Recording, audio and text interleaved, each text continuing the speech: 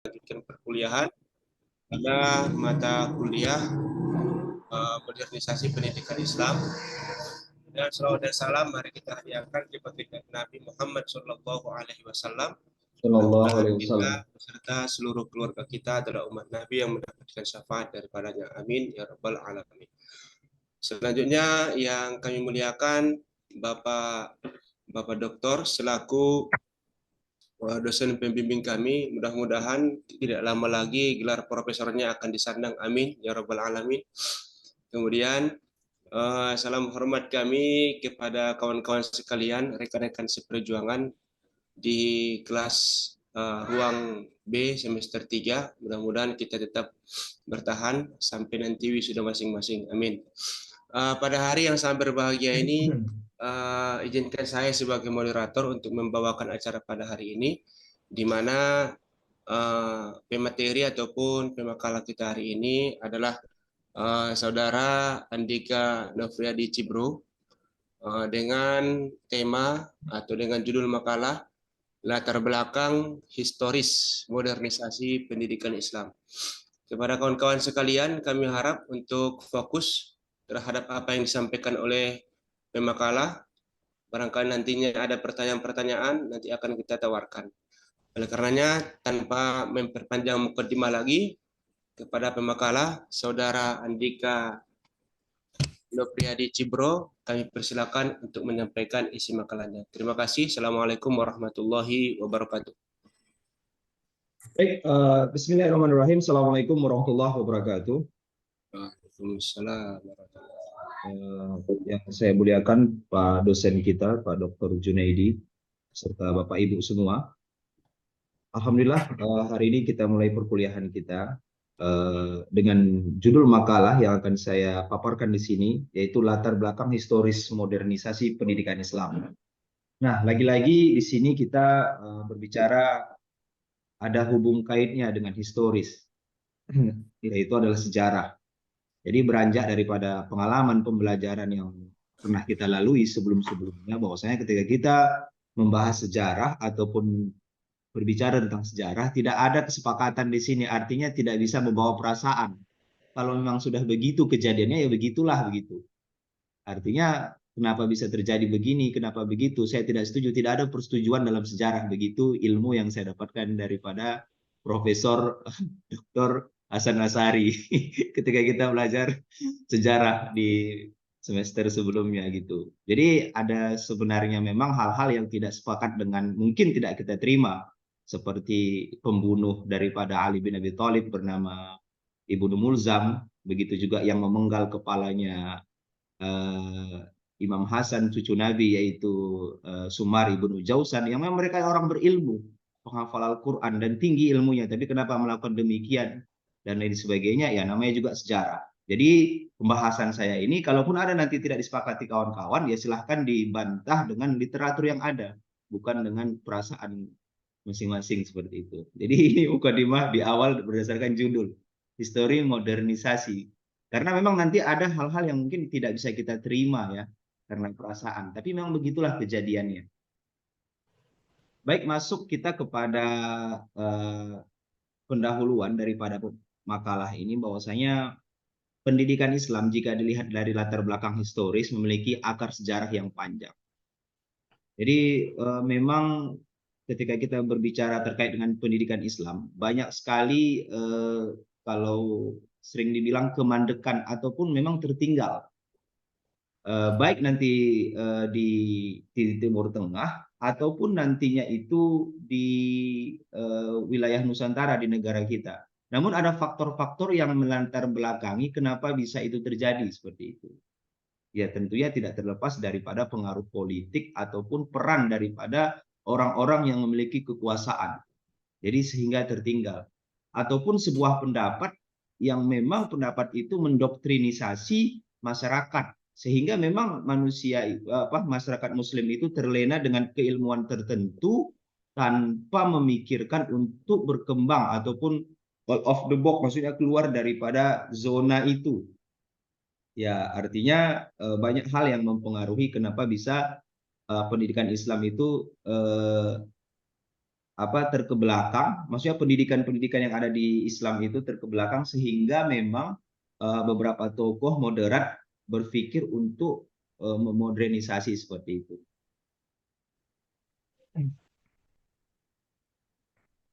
Jadi sebelumnya di pendahuluan ada saya tulis di sini fungsi pokok pendidikan Islam dalam masyarakat modern terdiri dari 3 bagian: sosialisasi, penyekolahan, pendidikan. Dan ini memang harus maksudnya selalu harus adanya pembaharuan untuk memang menyesuaikan dengan kepentingan ataupun keperluan zaman di masa itu.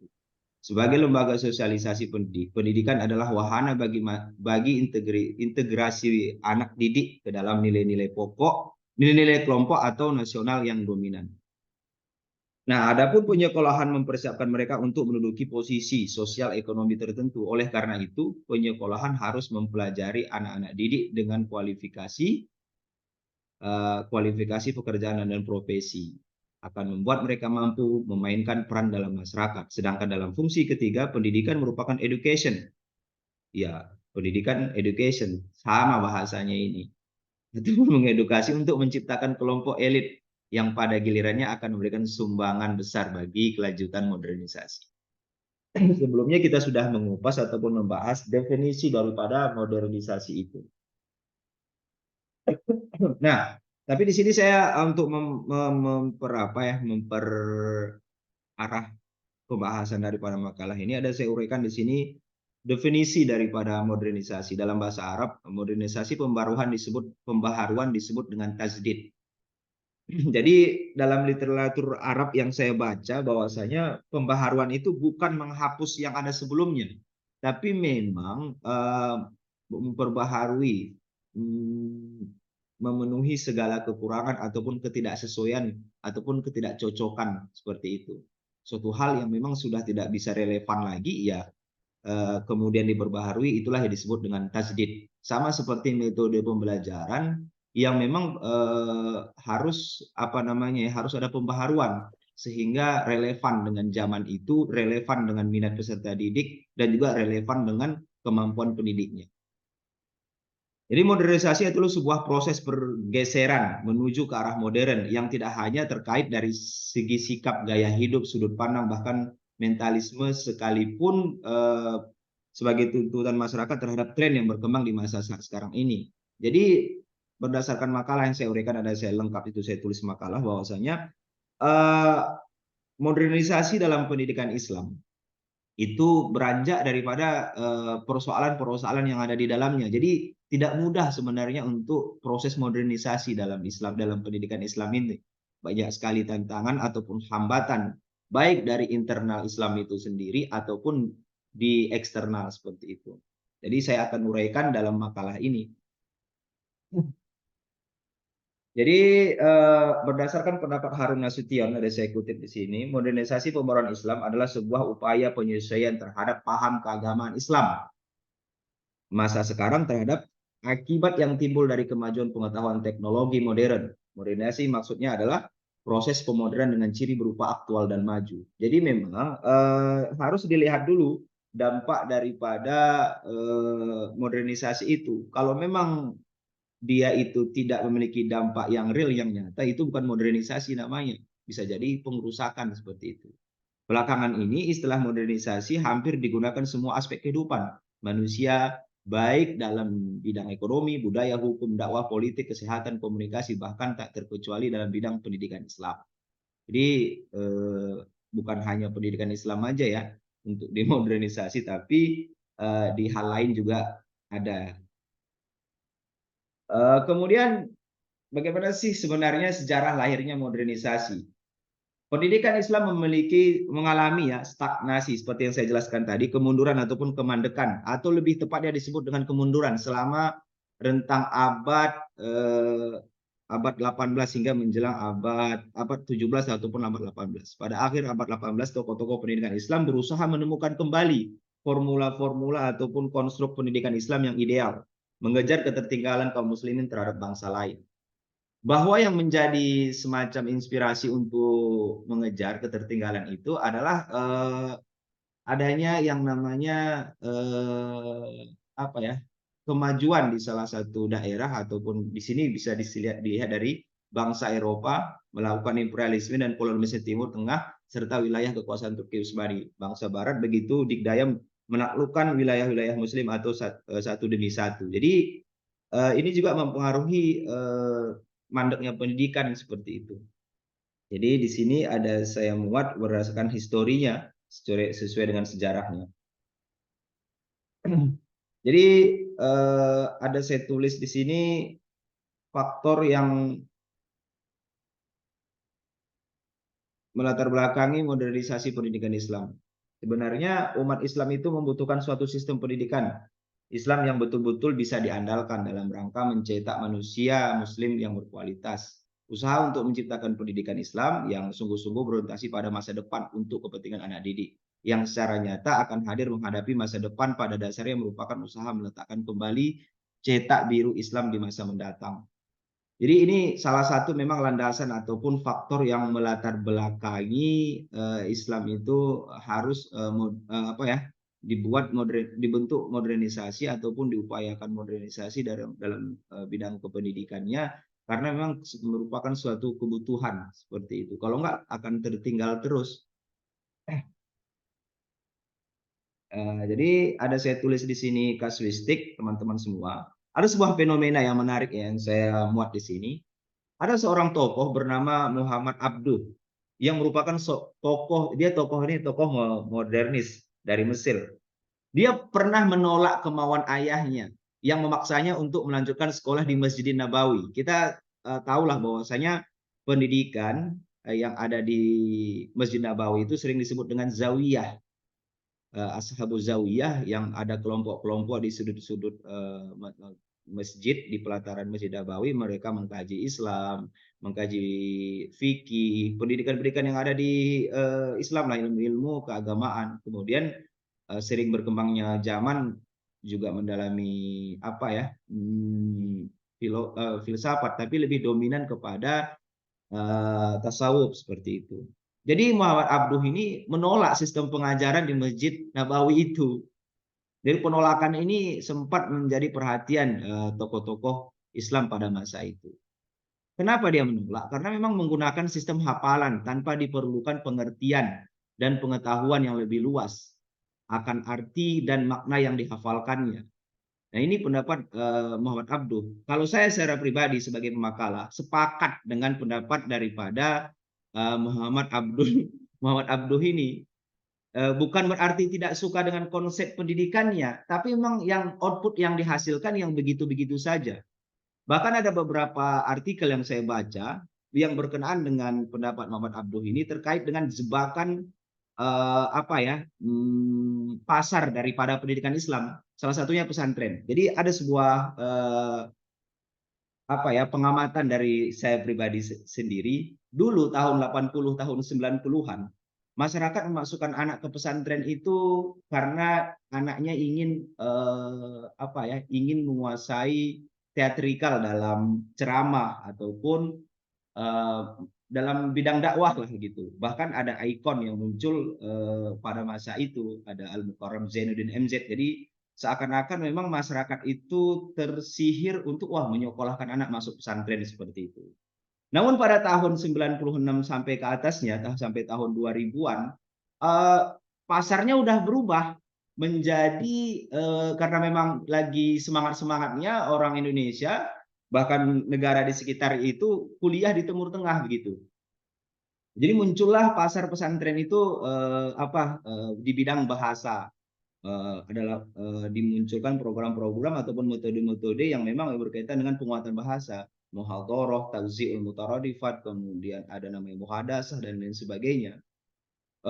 Kemudian masuk pada era tahun 2006 sampai sekarang 2006 2007, yaitu sekitar inilah tahun-tahun 2006 2007 2010-an lebih jelasnya. Sekarang pasar pesantren itu ya tahfiz Quran begitu. Jadi ketika kita membagikan brosur pesantren-pesantren, masyarakat yang tanya, ini ada program hafal Quran nggak begitu kan? Nah, menurut saya secara pribadi hal seperti ini adalah jebakan di mana memang pemerintah mendukung ini. ada setiap ada program beasiswa diperuntukkan untuk menghafal Al-Quran. Kemudian bahkan tes militer kepolisian ada memang khusus untuk anak-anak penghafal Al-Quran. Nah, menurut saya daripada apa yang disampaikan Muhammad Abduh ini, bukan hafal Al-Quran yang salah, tapi bagaimana orang yang menghafal itu dan apakah hanya sekedar menghafalkannya saja seperti itu, dan bagaimana implementasinya ke depan dan bagaimana perannya di masyarakat dan lain sebagainya. Jadi kalau memang masyarakat terpengaruh dengan hal tersebut, dengan pasar tersebut, sudah menjadi prestasi lah, bangga masyarakat memasukkan anak ke pesantren hafal Al-Quran sekian puluh juz dan lain sebagainya. Jadi apakah hanya pada sebegitu saja tanpa ada yang di dalamnya mengkaji daripada hafalannya itu, kemudian dan lain sebagainya yang berkaitan dengan perluasan ilmu itu sendiri begitu. Jadi dari pemikiran daripada Muhammad Abduh ini, dia menolak bukan karena tidak suka dengan konsep pengajarannya, tapi memang hasilnya itu di sini disampaikan ya, kenapa menghafal saja tanpa diperlakukan pengertian dan pengetahuan yang luas akan arti dan makna yang dihafalkannya seperti itu. Jadi ini menjadi sebuah pemikiran bagi kita yang memang, kenapa saya katakan jebakan, berdasarkan catatan sejarah penjajahan kolonial yang saya baca-baca, pada hakikatnya dari program POJ Belanda masuknya ke Nusantara di Indonesia ini, ada sebuah pemikiran bahwasanya penjajah itu mereka mempersilahkan masyarakat Islam itu untuk apa namanya ya, fokus dengan kajian-kajian ilmu agamanya kayak gitu. Jadi ya sudah, kalian mendalami ilmu agama saja apa segala macamnya gitu, mendalami fikih, membiarkan pesantren, bahkan mendukung pembangunan pesantren itu menasah ataupun surau. Namun di sini karena memang misi mereka itu untuk apa namanya ya, artinya di sini melalaikan, sehingga kita terlalai dengan kajian Islam itu sendiri tanpa peka dengan bagaimana perkembangan di sekitar. Jadi jor-joranlah masyarakat Islam ya mendalami fikih, tafsir, tasawuf, ya bukan itu tidak penting, penting, tapi seakan-akan terhipnotis mayoritas masyarakat untuk itu sehingga mengabaikan yang lainnya. Sehingga teori ini pun sebenarnya dilakukan oleh kolonialisme untuk menjajah kita seperti itu. Jadi teman-teman semua, ada sebuah informasi juga dari apa yang saya baca-baca, beberapa tokoh yang ada di Indonesia seperti B.J. Habibie, dia dari keluarganya dikenal dengan orang yang memang dekat dengan agama, tapi kepergian dia untuk melanjutkan studi ke Jerman itu bukan tidak ada tantangan. Artinya ya kenapa harus belajar ilmu di negeri kafir seperti itu. Jadi pemikiran-pemikiran moderat untuk sebuah konsep modernisasi ini memang banyak sekali tantangan. Kemudian ada sebuah fenomena menarik, pengalaman saya pribadi ya. Waktu saya kuliah S2, saya punya dosen dulu namanya Profesor Arbiah Lubis. Profesor Arbiah Lubis ini profesor perempuan pertama di UIN Araniri. Beliau berstatement seperti ini, ketika kalian mendalami sejarah Islam, bacalah buku yang dikarang oleh Philip Kitty, kalau saya tidak salah, History of Arabic kayak gitu. Jangan kalian baca sejarah yang ditulis oleh orang-orang Timur Tengah seperti itu, ataupun orang-orang yang memiliki bendera. Maksudnya maksudnya begini, dari daerah tertentu dari kalangan Islam, sehingga nanti sejarah yang diuraikan tidak relevan lagi. Pernyataan daripada profesor ini, beliau sudah almarhumah ya, banyak ditentang orang, ya kenapa kita tidak baca sejarah Islam yang ditulis orang Islam, kenapa ibu profesor itu menyarankan harus kita membaca buku yang dikarang oleh orang kafir seperti itu, orang Eropa. Ternyata memang ketika seorang penulis ataupun menguraikan sejarah itu pastinya ada kecenderungan. Ya kita sudah, hal ini terlihat bukti bagaimana penguraian di perang Siffin ya, ataupun perang Jamal yang antara Muslim sama Muslim. Jadi memang seperti yang saya sampaikan tadi, ada terbawa perasaan seperti itu. Padahal begitulah kejadian nyatanya dari bukti-bukti yang otentik, tapi kita tidak bisa menerima itu gitu. Nah, kemudian saya masuk kepada faktor internal. Berdasarkan literatur sejarah, faktor internal yang mempengaruhi modernisasi pendidikan Islam dapat disimpulkan sebagai berikut. Jadi, kebutuhan pragmatis umat Islam. Jadi, kita butuh sebenarnya modernisasi. Bisa dilihat daripada filsafat Al-Kindi dalam salah satu bab yang judulnya Fatakaz Zaman, ketinggalan zaman. Artinya Islam itu sebenarnya apa ya? Tidak ketinggalan zaman, terus tidak mengikuti zaman, tapi berbarengan dengan zaman seperti itu. Bahkan dalam konsep pendidikan yang sering kita dengar, didiklah anak sesuai dengan zamannya gitu. Teori-teori yang pendidikan anak di masa lampau mungkin tidak bisa relevan lagi ketika kita terapkan di zaman kemajuan teknologi ini gitu. Dalam hal ini yang dimasukkan sebuah kebutuhan terhadap suatu sistem yang mana dengan adanya sistem tersebut diharapkan dapat mewujudkan kemajuan dalam pendidikan Islam. Jadi kita butuh, mau tidak mau ya kita butuh itu. Kemudian harapan untuk dapat melahirkan muslim yang memiliki kualitas akhlak mulia, iman dan takwa terhadap Allah serta isi yang profesional dan inovatif.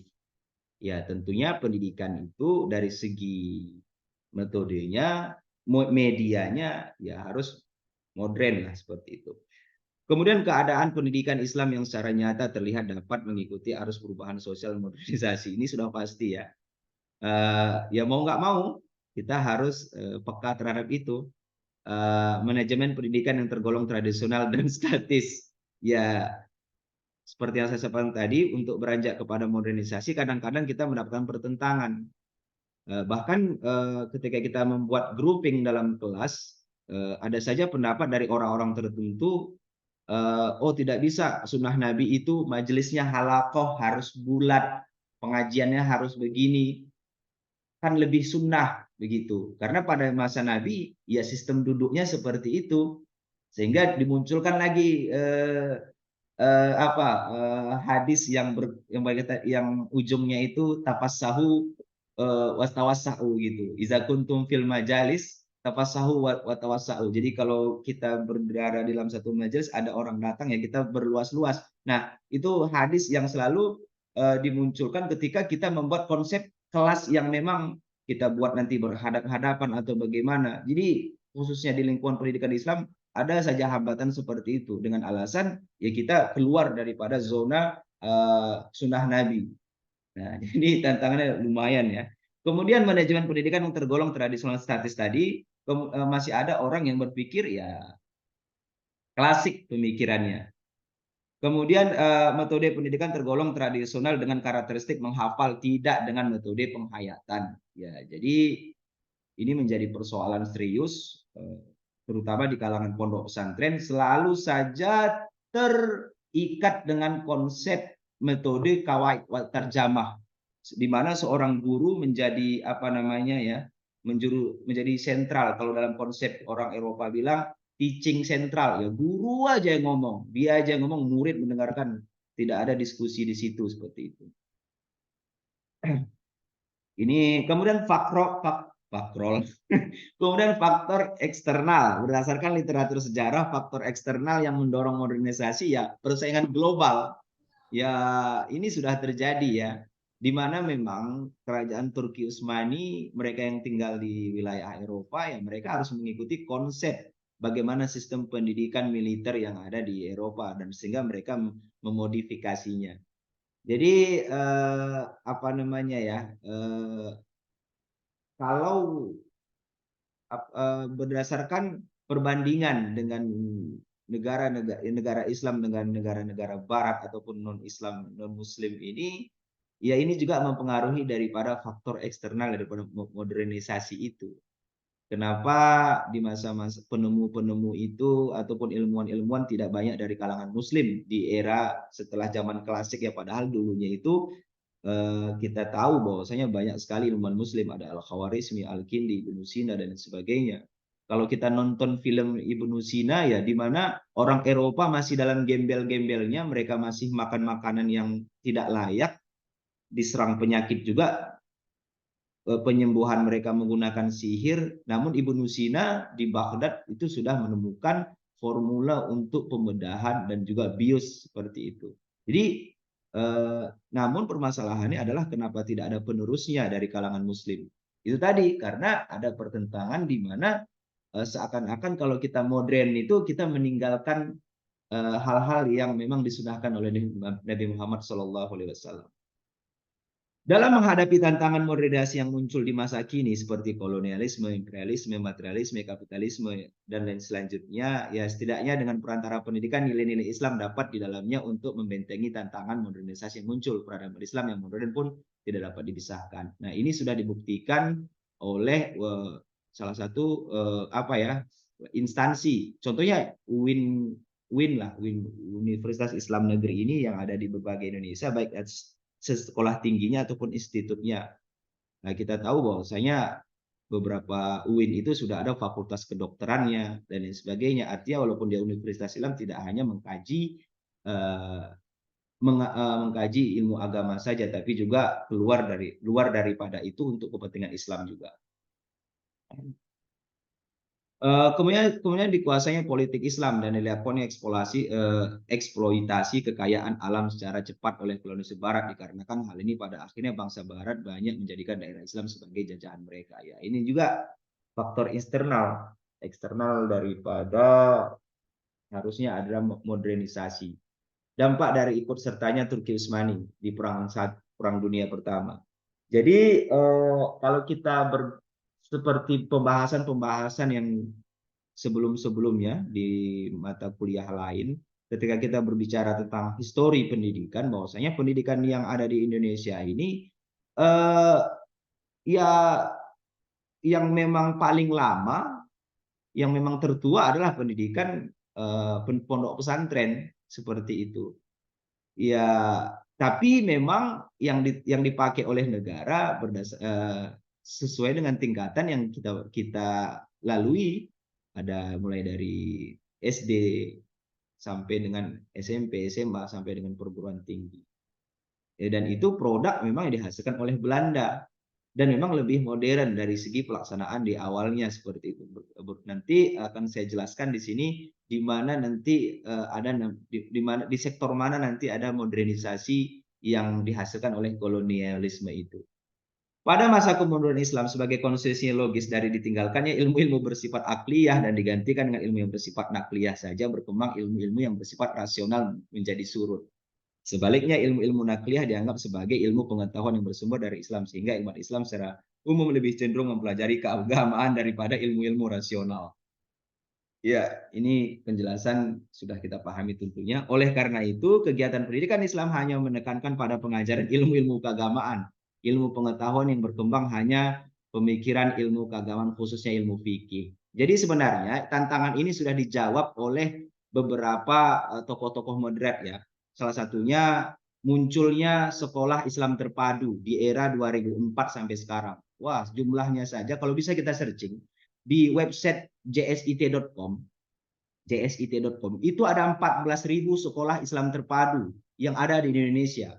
Ini produk partai sebenarnya, ada orang memang yang memang khusus untuk menginisiasi ini di Sumatera Utara, bahkan di Aceh sendiri, mulai dari SD IT, SMP IT, SMA IT, ini berkembang pesat sekolahnya. Karena mereka melakukan penyaduran ya namanya Islam terpadu seperti itu. Jadi seorang guru matematika tapi dia menerapkan nilai-nilai Islam di dalam pembelajarannya, memulai pembelajaran dengan sesuai dengan kultur Islam. Dia guru guru kimia begitu juga dan lain sebagainya. Bahkan di kegiatan ekstrakurikuler juga memasukkan nilai-nilai Islam di dalamnya. Jadi berhasil ini sekolah jaringan Islam terpadu.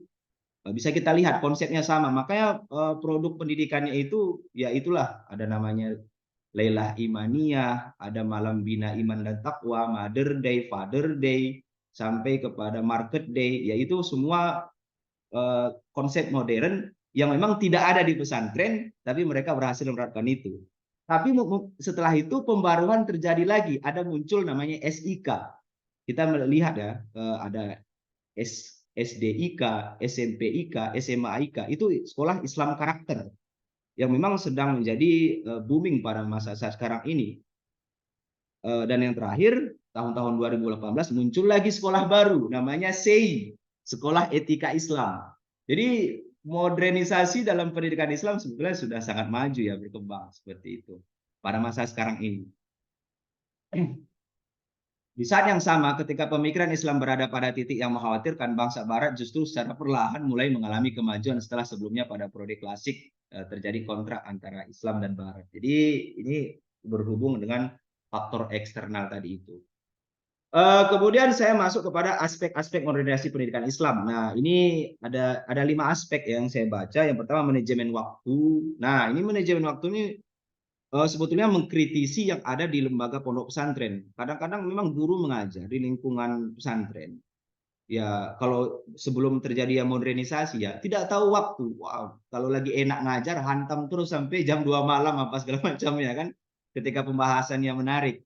Kemudian kurikulum pendidikan. Nah, jadi hanya mengikuti yang ada kultur yang ada di kitab saja. Bagaimana konsep kurikulumnya dari bulan ini, bulan selanjutnya apa-apa saja materi yang dibahas, tidak ada. Kemudian tidak ada bagaimana konsep implementasi.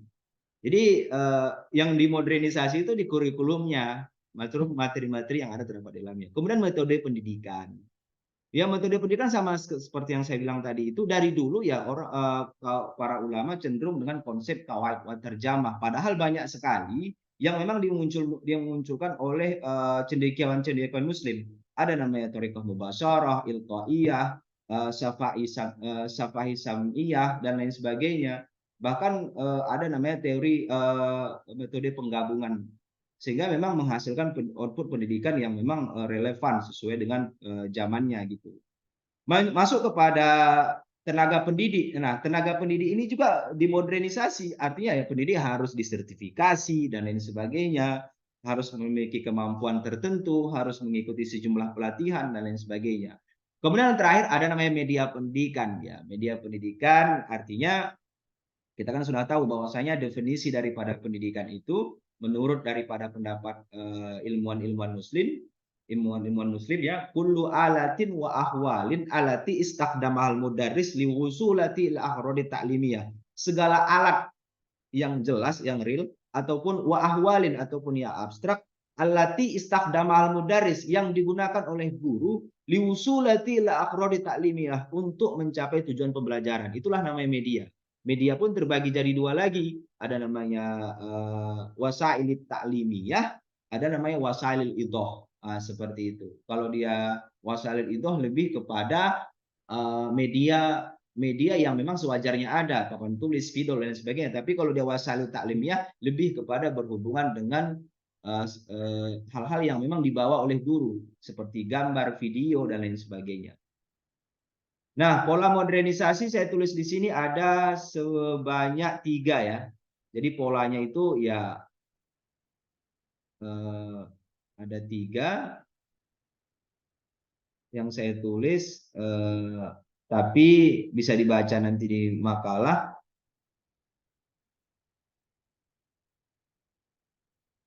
Tapi untuk lebih cepat saya masuk kepada kesimpulan bahwasanya kebutuhan yang mendesak akan adanya sebuah sistem pendidikan Islam yang akomodir terhadap perubahan zaman, mampu mentransformasikan ajaran Islam ke dalam setiap sendi kehidupan. Kemudian pendaya gunaan rasio kegiatan penelitian ilmiah merupakan salah satu yang diperintahkan di dalam Al-Quran untuk umat Muslim. Jadi umat manusia. Jadi memang kenapa terjadinya modernisasi bisa dihubung kaitkan dengan beberapa tafsir yang ada di ayat tertuang dalam Al-Quran seperti itu.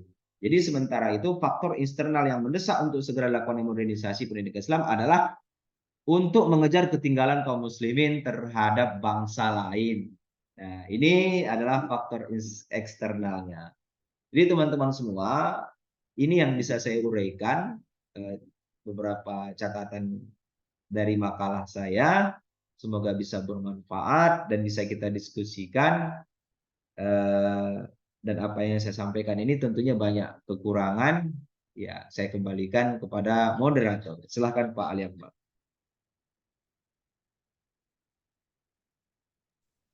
Baik, terima kasih. Alhamdulillahirrahmanirrahim atas penjelasan pemaparan daripada Saudara Andika terkait dengan makalah tentang latar belakang modernisasi pendidikan berdasarkan historis. Sangat banyak tadi ya yang sudah dimaparkan. Tapi sebelumnya, sebelum kita masuk kepada sesi pertanyaan kawan-kawan atau mungkin sesi tanggapan, diharapkan kepada kawan-kawan seluruhnya untuk menghidupkan kamera dulu, karena kita untuk absensasi dulu ya. Absenisasi. Absensi. Proses mengabsen. Modernisasi ada, absenisasi ada.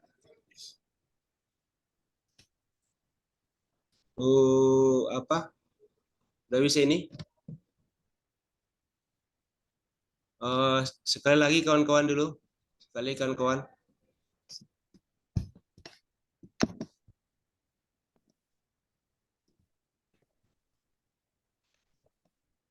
Oke, 1, 2, 3. Baik, kepada kawan-kawan sekalian, terkait tentang pemaparan daripada Saudara Andika tadi, yang mana sudah cukup panjang lebar tadi dijelaskan oleh beliau terkait makalah kita pada hari ini tentang latar belakang historis modernisasi pendidikan Islam. Pasti sekali kajian ini sangat menarik ya. Ada tadi dikaji tentang latar belakang modernisasi, kemudian faktor eksternal, internal daripada modernisasi modernisasi pendidikan Islam tersebut. Barangkali kawan-kawan yang ingin bertanya atau menanggapi atau mungkin ingin menambahi, kami persilakan untuk dua orang penanya saja dulu ya di awal ini. Terima kasih, kami persilakan kepada kawan-kawan. Baik, terima kasih Pak Ali Akbar sebagai moderator dan terima kasih kepada Pak Andika. Sebelumnya saya sampaikan dulu salam hormat saya kepada Bapak Dr. Junaidi Arsyad. Semoga kita di pagi yang penuh rahmat ini kita selalu dalam lindungan Allah Subhanahu wa taala. Baik, terima kasih. Sangat menarik kita mendengarkan tadi pemaparan-pemaparan yang disampaikan oleh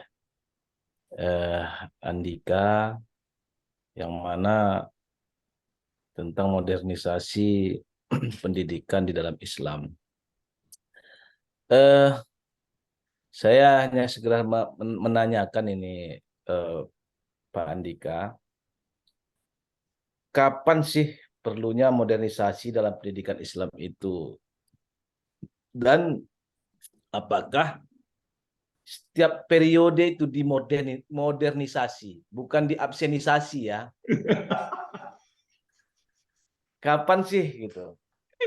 Apakah setiap periode itu kita modernisasi, kita lakukan selalu perubahan-perubahan itu?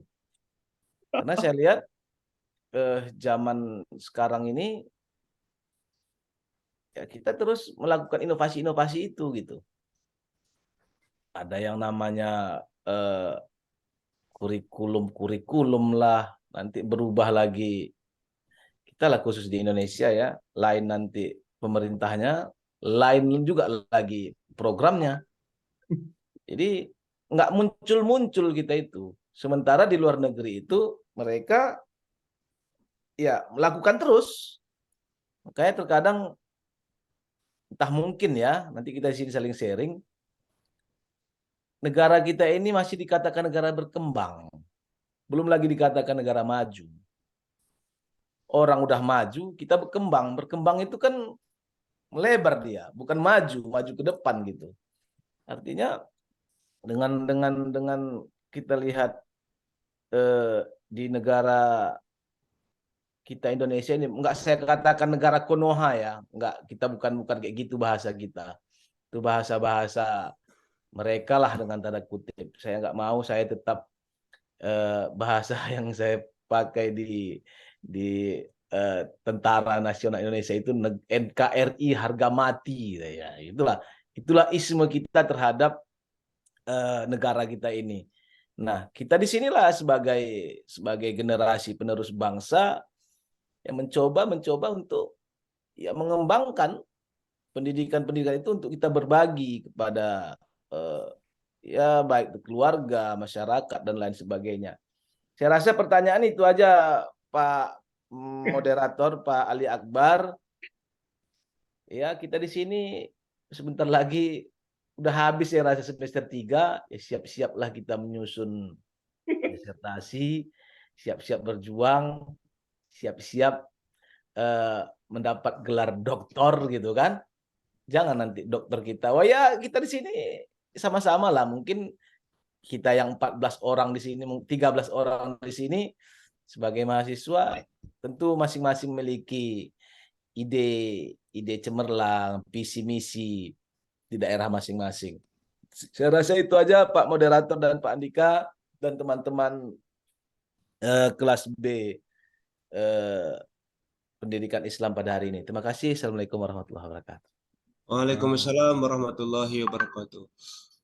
Kalau saya simak tadi pertanyaan daripada Pak Saudara Sapniar adalah, akankah modernisasi itu akan dilakukan pada setiap periode atau mungkin masa atau mungkin ya setiap masa pemerintahan yang sedang berlangsung. Apabila nanti sudah berganti, apakah akan terjadi lagi modernisasi? Barangkali seperti itu tadi yang saya tanggap. Itu sebagai catatan ya Pak Andika. Apakah modernisasi itu harus dilakukan itu pada setiap periode kepemerintahan? Kawan-kawan yang lain barangkali ada untuk bertanya lagi.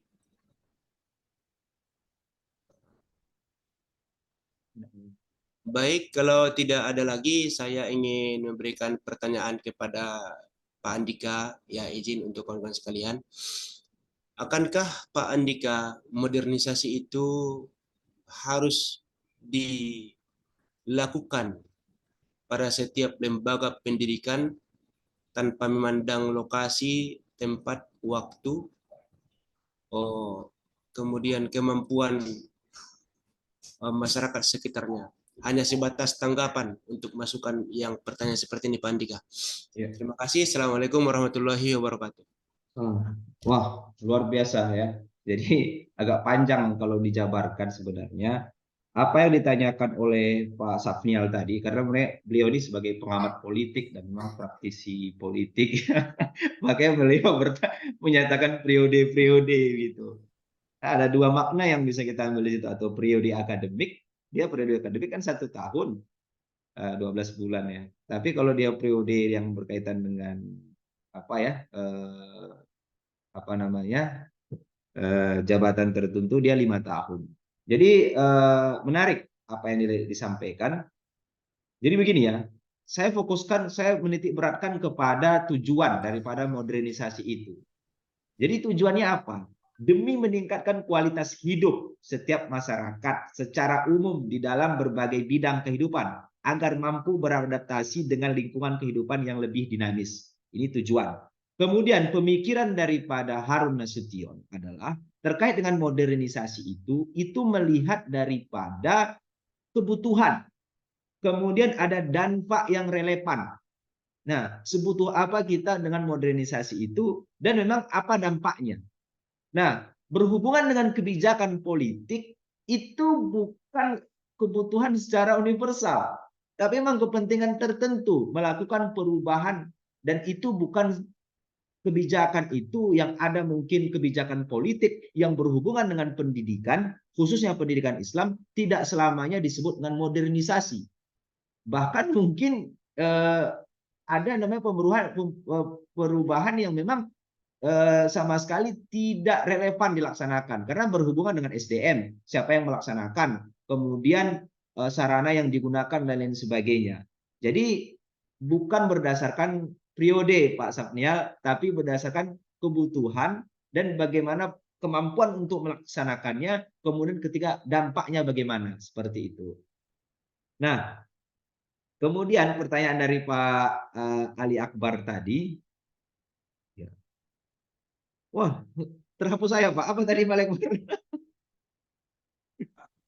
Akankah modernisasi itu harus diterapkan di setiap lembaga pendidikan tanpa harus memandang waktu, lokasi, Ya, kemampuan masyarakat sekitar, ya betul.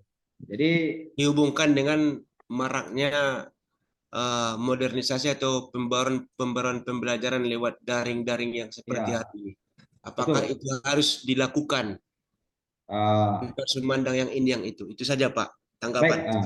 Saya rasa berhubungan dengan penjelasan saya sebelumnya tadi itu sesuai dengan kebutuhan dan kemampuan. Butuh memang, tapi kalau tidak mampu, bagaimana kita ingin modernisasi gitu. Bahkan kadang-kadang kebijakan pemerintah sekalipun itu terkesan memaksakan dengan konsep apa katanya ya, pembelajaran dengan teori-teori yang segala sesuatunya mungkin ya bagus ya menurut pendapatnya, tapi kan belum tentu relevan yang dilaksanakan di salah satu lembaga, terlebih lagi daerah-daerah yang tertinggal. Ada sebuah fenomena Bapak Ibu yang memang sangat menarik kalau dikaji dalam implementasi di pendidikan ya. Suatu teori ataupun suatu metode yang memang sudah jelas-jelas berhasil dilaksanakan oleh salah satu lembaga pendidikan, belum tentu berhasil juga jika itu diterapkan di lembaga pendidikan lain. Karena seperti yang saya sampaikan tadi, berhubungan dengan SDM-nya, kemampuan guru-gurunya tadi, kemudian sarananya, dan kearifan lokalnya, orang-orang yang ada di situ mampu atau tidak melaksanakannya, seperti itu.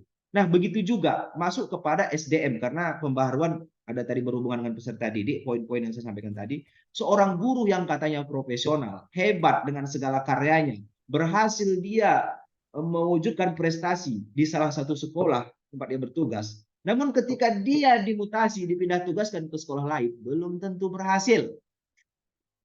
Karena di sekolah lain itu ditanyakan lagi kan, apakah memang SDM yang ada di sana itu bisa bekerja sama dengannya. Kemudian ruang lingkup pendidikan yang ada di tempat tugasnya yang baru itu mendukungnya, dan lain sebagainya. Jadi banyak sekali hubungan dengan hal itu. Nah, namun dalam konteks Islam, kalau kita baca-baca terkait dengan apa yang ditulis oleh cendekiawan-cendekiawan Islam, selalu saja ada yang namanya tidak khariju minasyariah, maksudnya modernisasi tetap, tapi jangan keluar daripada khazanah keislaman, seperti itu. Artinya tidak melepaskan baju Islam kita, tetap kita berada di koridor Islam walaupun kita sudah melakukan modernisasi mengikuti yang ada di barat, seperti itu. Ya, itu saja Pak Ali Akbar, menurut saya sih. Apalagi kadang-kadang kita menuhankan teknologi, mengagungkan teknologi. Kalau tidak ada ini, oh sudah kita tidak mau bergerak, seperti itu. Tidak. Artinya kita tetap bagaimana sebisanya dan semampunya kita. Tidak perlu harus memodernisasi suatu hal yang dipaksakan tanpa ada kemampuan di dalamnya. Itu saja Pak Ali Akbar. Terima kasih Pak Andika atas tanggapan daripada pertanyaan kami tadi dari Pak Sapnial tentang modernisasi apakah itu harus dilakukan pada setiap periode kepemerintahan, dan tentang terkait pertanyaan saya tadi apakah modernisasi harus dilakukan di setiap lembaga tanpa memandang situasi, waktu, kondisi, dan lingkungan masyarakat. Terima kasih Pak atas tadi penjelasannya. Kepada kawan-kawan sekalian, berhubung tadi sudah banyak pemaparan serta diskusi-diskusi alot yang kita lakukan tadi, ya, yang diskusinya cukup hidup. Ya, ini kami mohon kepada Bapak dosen untuk meluruskan kembali apa yang sudah kami diskusikan kembali. Barangkali tadi ada hal-hal yang dia sudah lari daripada fokus pembahasan, kami berharap kepada Bapak dosen untuk meluruskan kembali serta menerangkan kembali sesungguhnya tema ataupun judul daripada perkuliahan kita hari ini supaya tetap pada koridornya. Terima kasih kepada Bapak dosen, kami persilakan untuk menjelaskan kembali, dan kepada Bapak kami persilakan. Assalamualaikum warahmatullahi wabarakatuh. Waalaikumsalam warahmatullahi wabarakatuh. Terima kasih. Assalamualaikum warahmatullahi wabarakatuh. Innalhamdulillah wassalatu wassalamu ala Rasulillah wa ala alihi wasahbihi wa ala la haula wala quwwata illa billah. Rabbi shrah li sadri wa yassir li amri wa hlul 'uqdatam min lisani yafqahu qawli. Saya sebelumnya ingin bertanya ini. Di perkuliahan dengan perpasan sudah berapa kali pertemuannya untuk modernisasi ini? Udah 3 kali, Pak. Sudah Eh, berapa? udah 2 kali, Pak, beliau. Oke. Berarti sudah maju 2 makalah ya, gitu ya? Belum, Pak. Belum ada yang maju, Pak. Jadi kan seharusnya minggu kemarin itu saya yang maju, Pak. Cuman beliau nggak masuk. Oh, jadi makalahnya belum tampil, baru sekali nih? Iya, Pak. Oh, kita udah lompat ini. Saya tengok di silabus ini kan. Jadi di silabus kita tetap menggunakan silabus yang disampaikan beliau. Itu pertama adalah modernisasi dan konsep-konsepnya. Itu udah disampaikan belum? Itu sudah saya share ke Bapak, Pak. Makalahnya, Pak. Iya, maksudnya udah tampil atau belum? Oh, belum, Pak. Oh, seharusnya itu dulu. Jadi kita ini jangan jumping. Kalau membaca boleh jumping, tapi kalau belajar harus runut ya. Jadi masa orang belajar sholat tapi langsung sholat tapi dia nggak tahu taharahnya gimana, itu nanti nggak sah sholatnya. Itulah makanya perlu tertib. Jadi dalam fikih itu ada tertib namanya kan, mulai dengan niat, mencuci tangan segala macam, berwudu, baru sholat. Jangan sholat langsung tanpa wudu. Jadi nggak sah sholatnya. Jadi tak tahu, saya heran gini, ini pertemuan keberapa ya? Kok Pak Andika sudah cerita soal latar belakang historisnya? Nah, padahal ada yang lebih dulu seharusnya dibahas. Jadi nggak, apa namanya ya? Ibaratkan kita menumpang bus nggak naik tengah jalan, pokoknya naik di terminal lah, gitu ya. Naik terminal, tapi ya nggak apa-apa lah. Nggak apa-apa lah. Memang yang pertama itu biasa lah itu kan. Kalau udah pas istifikal itu, kalau ini sih bukan sulit sih, tapi mungkin lupa. Atau karena memang terlalu apa ya, terlalu semangat gitu ya dengan dosen yang berbeda mungkin sehingga harus lompat, atau mungkin ingin ngetes ini kira dosennya ini paham nggak gitu ya, mungkin bisa juga. Karena macam-macam itu ya. Jadi maksud saya kita nanti pertemuan ke depan paling tidak 2 makalah lah ya, 2 makalah untuk mengejar ketertinggalan ini. Jadi kita balik lagi ke pangkal kaji, yaitu karena kita harus bisa membedakan apa istilah-istilah dalam modern itu. Misalnya ada namanya revitalisasi gitu. Revitalisasi itu kan konsepnya Azmadi Azra gitu kan. Nah, kalau dari Muhammadiyah namanya purifikasi atau tajdid begitu. Istilah itu harus kita pahami dulu. Karena apa namanya? Ada suatu ulama namanya mengarang kitab At-Ta'rifat. Siapa tuh? Al-Jurjani ya. Imam Al-Jurjani. At-Ta'rifat itu kan apa namanya? Kalau bahasa kita memahami kosakata supaya sepakat kita dengan situ. Nah, definisi. Jadi kalau dalam kajian filsafat itu kan bicara tentang ontologinya. Jadi kalau sudah ontologinya itu duduk, maka akan lanjut bisa ke epistemologi dan lanjutkan kepada aksiologinya. Jadi gitu ya. Jadi minggu depan kita apa namanya? Oh, minggu depan kayaknya saya nggak bisa ikut. Gimana ya? Karena insya Allah kami sampai minggu saya ada di Jogja. Jadi minggu depan kita istirahat aja lah ya. Jadi minggu depannya lagi. Kalau mau lanjut diskusi nggak apa-apa, silakan diskusi. Tapi saya nggak bisa memastikan apakah saya aktif. Saya tak enak bagi saya gini. Kalau ngajar itu sambil jalan itu kecuali kepepet gitu. Jadi kalau kepepet ya paksalah gitu ya. Biasanya kalau saya kepepet itu kalau dalam hal pengujian. Pengujian itu kepepet. Kalau nggak kita uji dia, misalnya nanti nilainya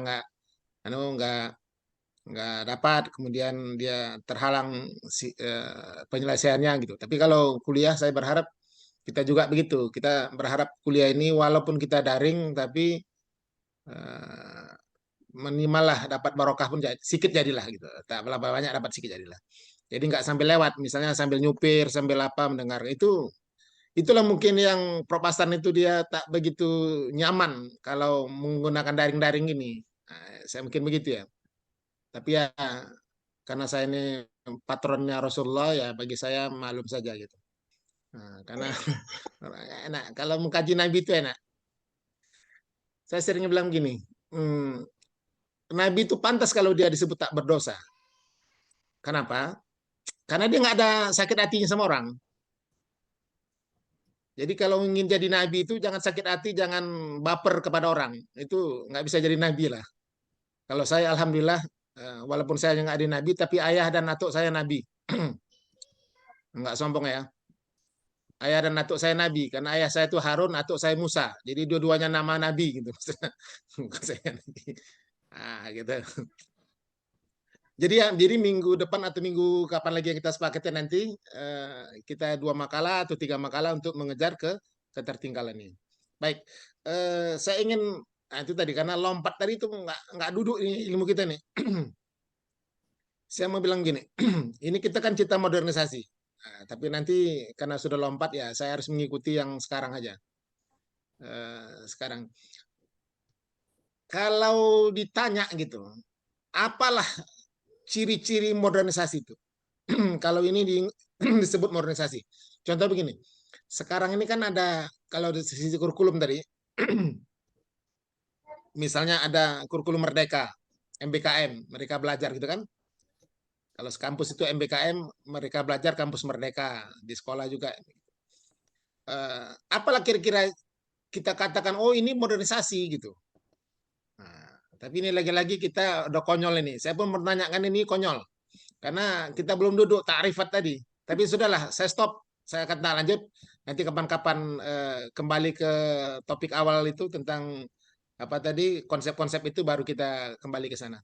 Sekarang saya ingin mengomentari yang disampaikan oleh Pak Andika di makalah ini saja. Baik. Tapi itu jadi ciri apa ya? Jadi PR masing-masing kawan-kawan, Bapak Ibu. Sehingga nanti begini loh konsep modern itu. Saya ada berapa kali, bukan berapa kali sih, 2 atau 3 kali saya menguji disertasi. Yang terakhir ini yang akan promosi itu si Muhammad Ruslan. Muhammad Ruslan itu pembimbingnya Prof. Hasan Asari. Dia modernisasi tahfiz, lembaga tahfiz di Sumatera Utara. Jadi mulai dari seminar hasil sampai dengan tertutup, saya mau pertanyakan, apa rupanya ciri-ciri modernisasi sehingga bisa dikatakan, oh ini adalah modern gitu.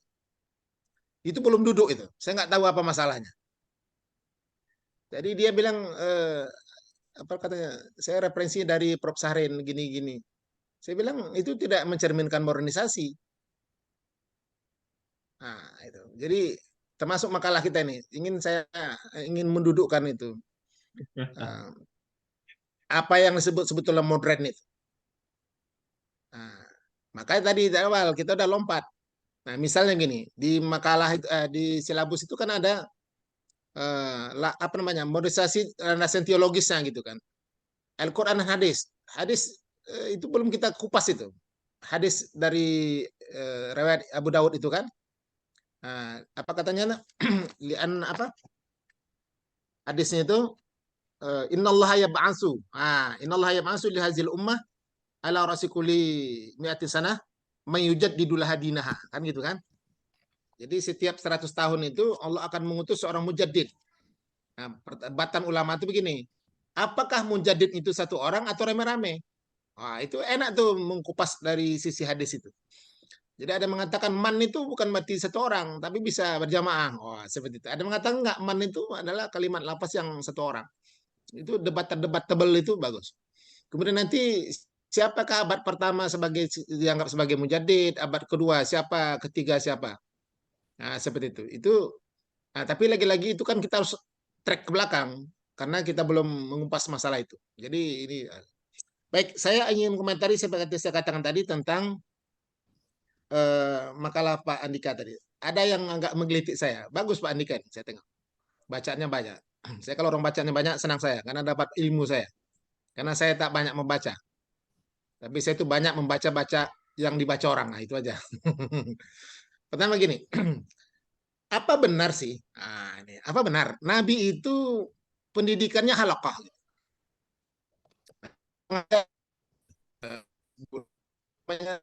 Bulat tataran itu. Dan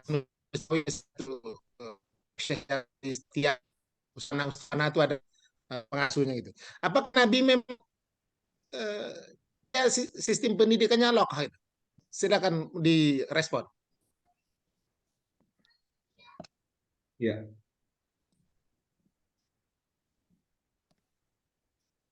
Silakan. berdasarkan catatan sejarah sih, saya Prof kan, ya Pak, mayoritas Ya, mengatakan itu seperti itu, karena mudawar ya, selalu kan mudawir artinya berbentuk bulat ataupun Nabi berada di tengah atau berada di salah satu lingkaran daripada bulat itu, jadi posisinya duduk atau posisi Nabi nanti berdiri. Yang penting jamaahnya itu dalam bentuk lingkaran. Bukan bukan memang selalu begitu, tapi mayoritasnya begitu. Sehingga para sahabat mengikuti. kalau boleh diusut, itu buku yang dibaca buku siapa?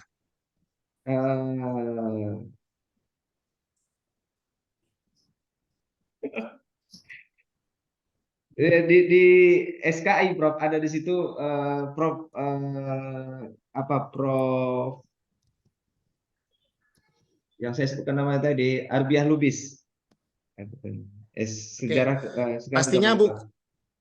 orang yang mengatakan gitu berarti dia belum membaca buku karangan Dr. Junaidi itu. Kalau dia baca tentang buku itu, ada ditulis dosen Win. Disertasi dia dulu namanya modernisasi apa? Metode pendidikan Rasulullah dan relevansinya pendidikan Islam kontemporer. Sekarang sudah diperbarui menjadi guru profesional layaknya Nabi mengajar sahabatnya teori dan aplikasinya gitu. Terbit dari Raja Wali Press.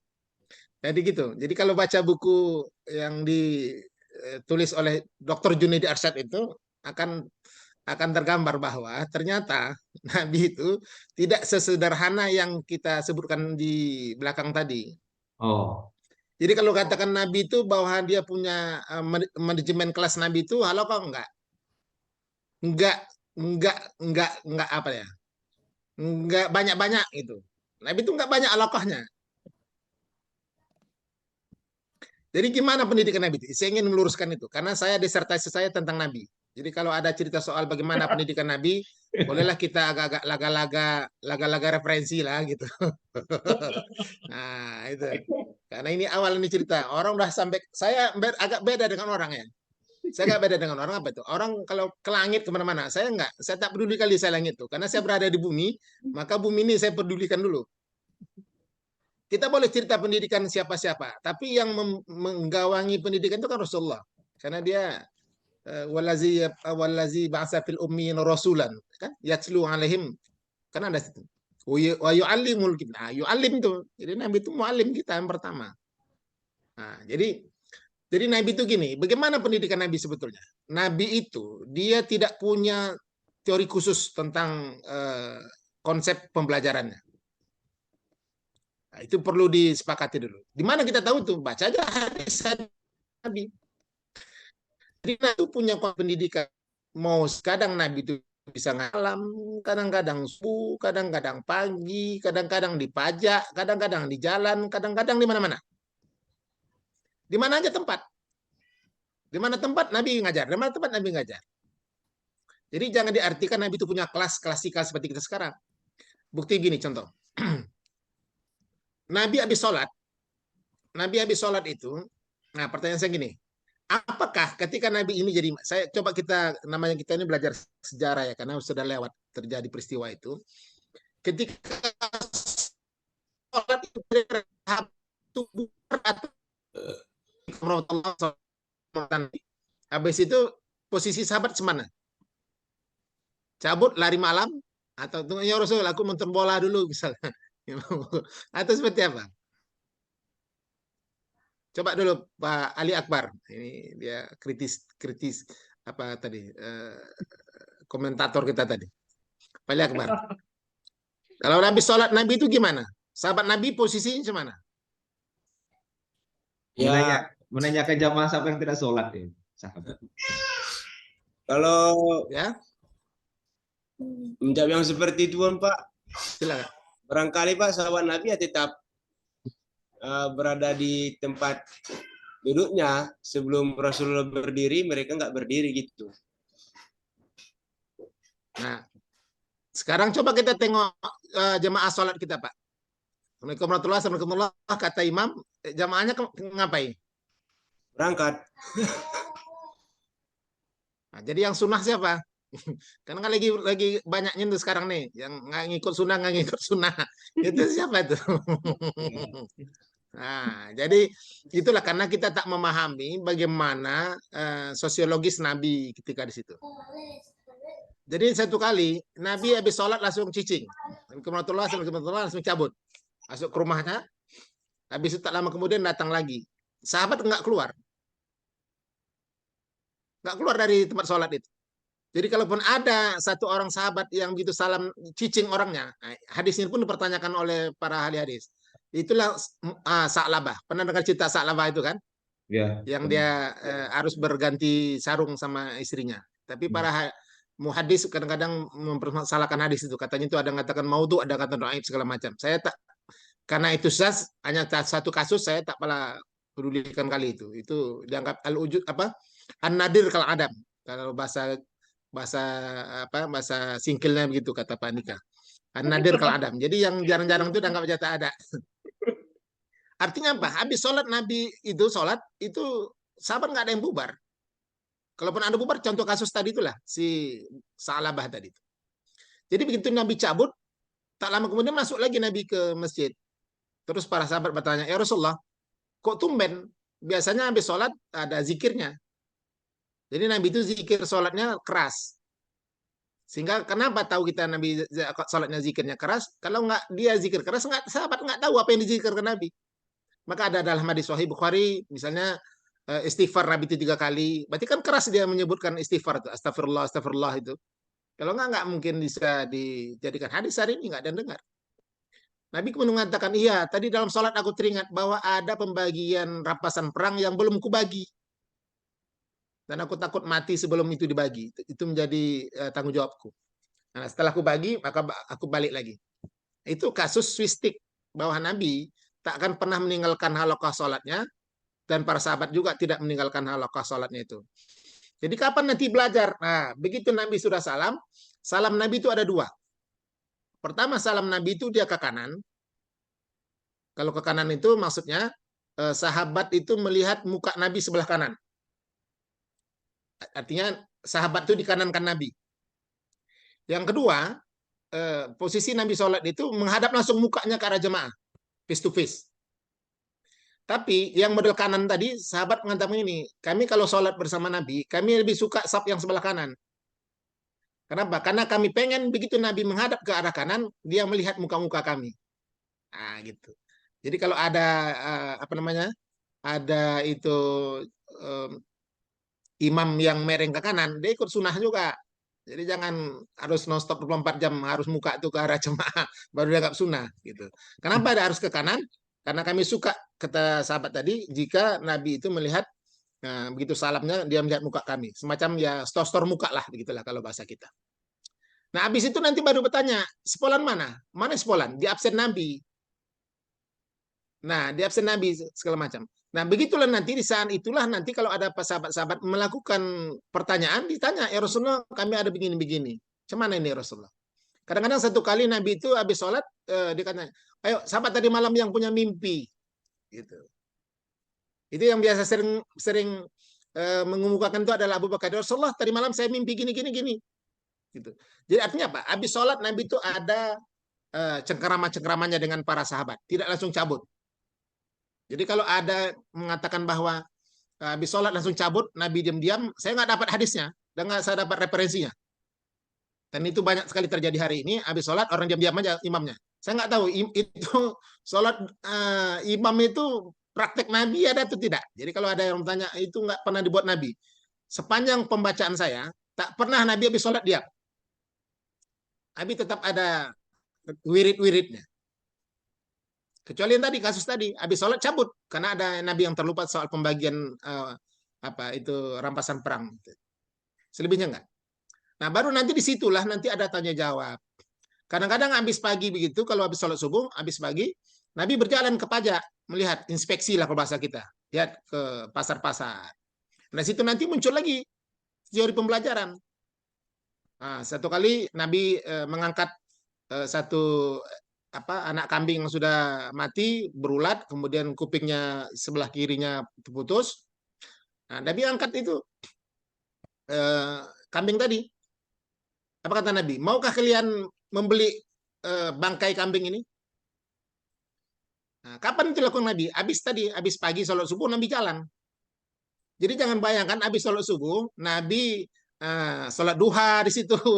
Nabi sholat sholat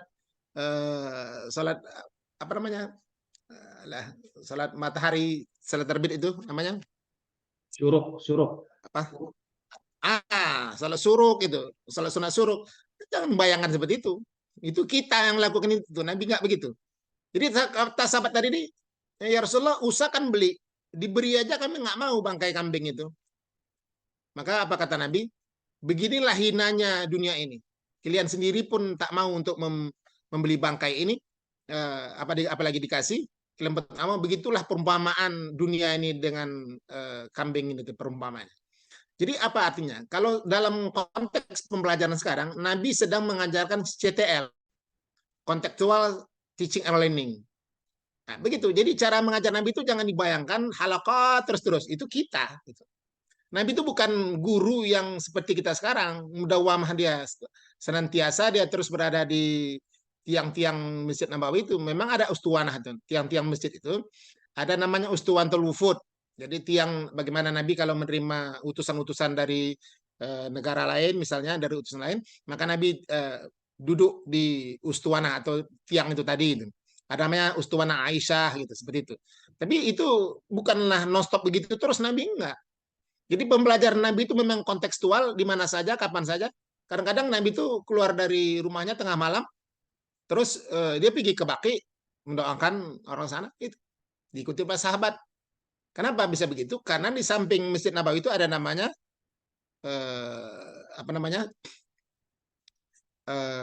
rumah. Dulu kan belum ada hotel. Jadi kalau para sahabat-sahabat yang datang dari luar kota itu, mereka tinggal di masjid itu berdiam diri. Kadang untuk belajar kepada Rasulullah, namanya apa istilahnya itu? Suffah. Nah, suffah itu adalah emper masjid lah kalau kita sekarang. Nah, situ jadi tempat dan ketuanya itu adalah Abu Hurairah.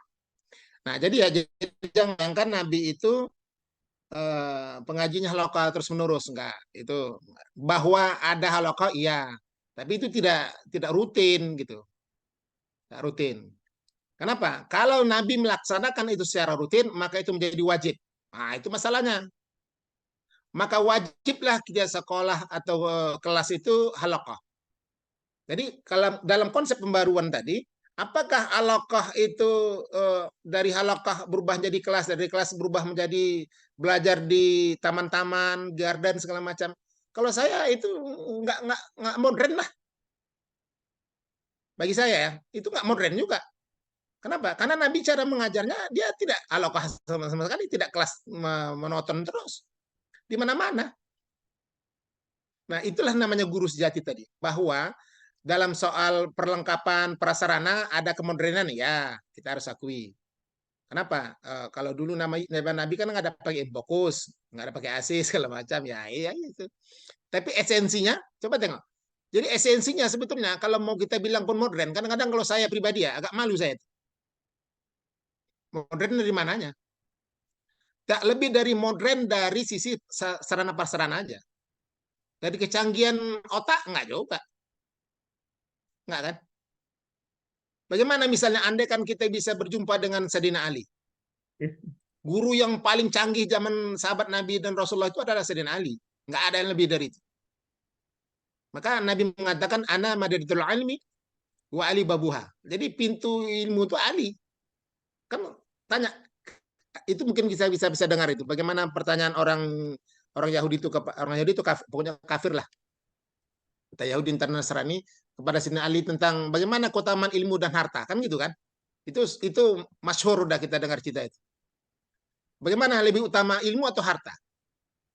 Sampai orang yang non Islam ini memberikan apa ya, kesepakatan sama kawan-kawannya, yuk kita datang Ali, kita datang 10 orang, bisa 10 atau 7 itu, bisa nggak Ali menjawabnya? Jika Ali menjawab pertanyaan yang sama, jawaban yang sama, berarti dia memang bodoh. Berarti yang disampaikan oleh Muhammad itu tak benar itu, bahwa dia adalah pintu ilmu pengetahuan. Ditanya oleh 10 orang dengan cara yang berbeda, dengan tempatnya yang sama, dengan datangnya berbeda, tidak sekaligus 7 orang itu. 10 atau 7 ya, saya lupa hitungannya itu. Wahai Ali, datang 1 orang, mana lebih utama ilmu atau harta? Kata Sayyidina Ali, lebih utama ilmu. Apa alasannya? Karena ilmu itu warisan para nabi, harta itu warisan Qarun. Nah, gitu kan, beda gitu. Nanti tanya yang kedua lagi, datang yang kedua. Mungkin saatnya tak bersamaan. Tapi tanya lagi, dalam rangka untuk mengetes Sayyidina Ali, mana lebih utama ilmu atau harta ya Ali? Jawab Ali apa? Lebih utama ilmu. Karena ilmu, al-ilmu yahrusuk wal malu tahrusuk. Kalau ilmu itu kau menjaga, dia menjagamu, kalau harta kau yang menjaganya. Sampai 7 orang tadi itu bertanya dengan jawaban yang berbeda-beda. Apa kata Sayyidina Ali? Andai kan seluruh orang bertanya kepadaku, aku juga akan menjawab dengan jawaban yang berbeda. Kan canggih itu gurunya. Canggih nggak kira-kira? Saya, yang ada di kepala saya yang bisa, 7 bisa, habis itu bisa lagi. Nah, tapi kenapa begitu? Kenapa begitu canggihnya Sayyidina Ali ini? Nah, nanti kita pelajari di mata pelajaran mata kuliah lektur. Nah, di situ nanti ada cerita adab kita. Di situ akan terbuka. Kenapa Sayyidina Ali itu kok bisa sedahsyat itu? Apa masalahnya? Bukan masalah. Apa itu tipsnya? Nanti akan saya ceritakanlah kalau panjang umur, insyaallah. Memang ilmu itu tak boleh kasih semua. Itu nanti habis bahan. Ini bagian marketing juga itu. Masuk saya gitu. Jadi gitu ya. Nah, yang kedua gini. Yang kedua pertanyaan tadi. Bagaimana dengan tadi Pak Andika katanya ada dosen dia di sana, bacalah buku yang non muslim. Ini. Saya orang yang tidak fundamentalis sekali tapi juga tidak moderat. Jadi bainahumalah. Khairu umuri asatuha. Mungkin gitulah. Mungkin apanya begitu. Apa namanya? Mengambil ibrahnya begitu. Gini. Jika kita belajar agama ini, maka wajib kepada orang yang seagama dengan kita. Tapi kalau belajar teknologi, nggak apa-apa. Nggak ada hubung kait tadi. Kalau bahasa Pak Andika katanya hubung kait. Itu bahasa Prof. Hasan Asy'ari menggunakan sering hubung kait katanya. Nah, saya karena udah punya slogan orang, saya tak mau mengambilnya. Saya harus punya slogan sendiri juga. Jadi kenapa? Gini, kalau soal agama, kita harus berhati-hati kepada siapa kita mengambil agama kita itu. Kadang-kadang kita berpikir begini, nggak apa-apalah. Yang penting kan ilmunya. Gini, kadang-kadang niat kita memancing ikan. Rupanya bukan ikan yang kita pancing, tapi ikan itu memancing kita. Kita yang masuk kolam, bukan ikan yang keluar dari kolam. Nah, ini terbukti apa? Para orang ilmuwan-ilmuwan kita lah, kalau dia belajar ke barat, kita baca dan timur istilah itu. Kalau timur itu ya dunia Arab, kalau barat ya ke Eropa segala mana. Kalau dia belajar ke barat itu, coba tengok perdebatan Profesor Rashidi dengan Harun Nasution. Jadi antara guru dengan murid. Jadi Harun Nasution itu punya buku Islam ditinjau dari berbagai aspeknya. Itu dikuliti sama Prof Rashidi sebagai gurunya. Orang yang mengantarkan dia ke Kanada, ke luar negeri dengan biayanya Prof Rashidi waktu itu ada Menteri Agama. Tapi pulang, nyeleneh itu pemikiran Harun Nasution itu dikritisi sama Prof. Residi. Tapi buku bantahannya itu kritikan terhadap Harun Nasution itu tak begitu populer di UIN atau di IAIN zaman dulu. Kenapa? Karena waktu itu masternya IAIN zaman itu ya IAIN ya. IAIN itu adalah Prof. Harun. Maka buku kritikan Prof. Residi itu mungkin diantara kita mungkin ada nggak membacanya itu. Apa yang dikritiknya gitu.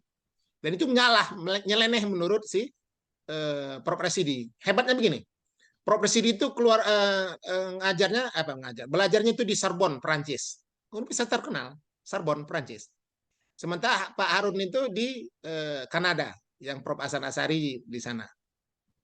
Tapi coba gini, sama-sama belajar ke Barat, tapi satu kesan yang tampilkan dari perdebatan dalam orang ini tak pernah jumpa, tapi dalam buku seperti Imam Ghazali Tahaffudzul Falasifah, kemudian Ibnu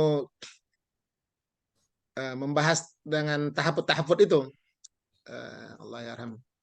Pengarang Bidayatul Hidayah siapa? Allah. Bidayatul Mujtahid siapa tuh? Ibnu Rushd. Jadi tak pernah jumpa, sama dengan Prof. Residi dengan Prof. Harun tadi, nggak pernah mereka duduk sebangku untuk berdebat itu nggak. Tapi dia kitab dibalas dengan kitab. Nah, itu beda dengan kita. Kalau kalah berdebat, tangan yang main kan gitu. Itulah kalau kita tak ilmuwan ini gitu kan. Nah, sama-sama mendapatkan pendidikan di Barat, tapi kesannya Prof. Residi itu tidak melupakan Timur. Tapi kalau Prof. Harun ini kebablasan, itu yang dikritik oleh gurunya tadi, oleh Prof. Residi, dengan mengeluarkan kritik atas Islam dari berbagai aspek itu. Jadi apa? Akibat apa? Karena kalau nanti tak kuat pondasinya, dia belajar ke Barat, pulang nanti dia bukan membawa ikan, malah ikan yang memakan dia. Tadi misalnya dicontohkan Pak Andi katanya buku The Story of Arab, itu Philip Kahiti. Apakah buku yang dikarang oleh Philip Kahiti ini adalah buku yang paten, tak ada yang melebihinya? Kira-kira gitu lah. Sehingga itu harus direkomendasikan untuk dibaca. Kalau bahasa sekarang namanya recommended. Bagi saya enggak. Bagi orang belajar Barat silakan aja. Kalau saya sih enggak. Kenapa? Karena ilmuwan-ilmuwan kita jauh lebih canggih Ibnu Asir dibandingkan dengan Philip Kahiti tentang sejarah itu. Lah jauh lebih canggih Az-Zahabi, jauh lebih canggih Ibnu Katsir ketika membahas tentang sejarah itu. Saat itu belum ada Philip Kahiti itu.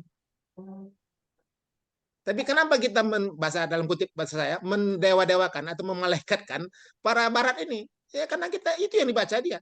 Jadi itu yang dibaca dia, itu yang dicokokin oleh profesor-profesornya di Barat sana. Pulang dia, itu kita dicokokinnya. Saya mengalami itu.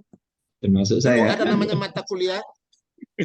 Ya, saya nggak bilang a priori di mereka silakan aja, tapi kita harus memfilter lah paling tidak. Ya, betul. Saya ingat dulu dengan mungkin Bapak Ibu nggak pernah jumpa atau pernah jumpa almarhum Allah yarham Profesor Fadil Lubis, yang suaminya Bu Rektor kita sekarang. Iya. Nah, saya dengan Prof Fadil ini waktu saya di Syariah dulu, saya kebetulan kan saya bilang saya S1 S2 Syariah dan Tarbiyah. Jadi ketika Syariah itu saya jumpa dengan beliau mengajar mata kuliah filsafat ilmu. Nah, waktu di S3 saya jumpa lagi mengajar epistemologi Islam. Apa kata dia? Nah, ini ceritanya. Inilah alumni Baratnya. Dia kan S2-nya, S3-nya di UCLA, Amerika. Apa kata dia? Jadi katanya, kita belajar ini cara dia. Ini saya yakin Bapak yang dilakukan itu begitulah cara dosen dia di Barat sana. Karena saya tak pernah belajar ke Barat. Saya belajar kampung-kampung aja. Apa kata dia? Nah, kita katanya belajar epistemologi ini, apa yang ada dalam informasi di kepala kalian, itu keluarkan dulu. Ibaratkan kita sekarang ini membengkel mesin sepeda motor, kita bongkar semua baut-baut segala macam ini. Nah, setelah itu kita pasang ulang. Jadi apa ya informasi kalian yang kalian di pesantren, di sekolah dulu, kalian buang itu dulu. Dibuang dulu, kosong. Nah, barulah kita isi ulang balik dengan baut-baut tadi kita pasang. Cuma hati-hati, ketika memasang baut-baut ini, kalian jangan tak datang. Kata dia. Jadi saya guit kawan saya sebelah.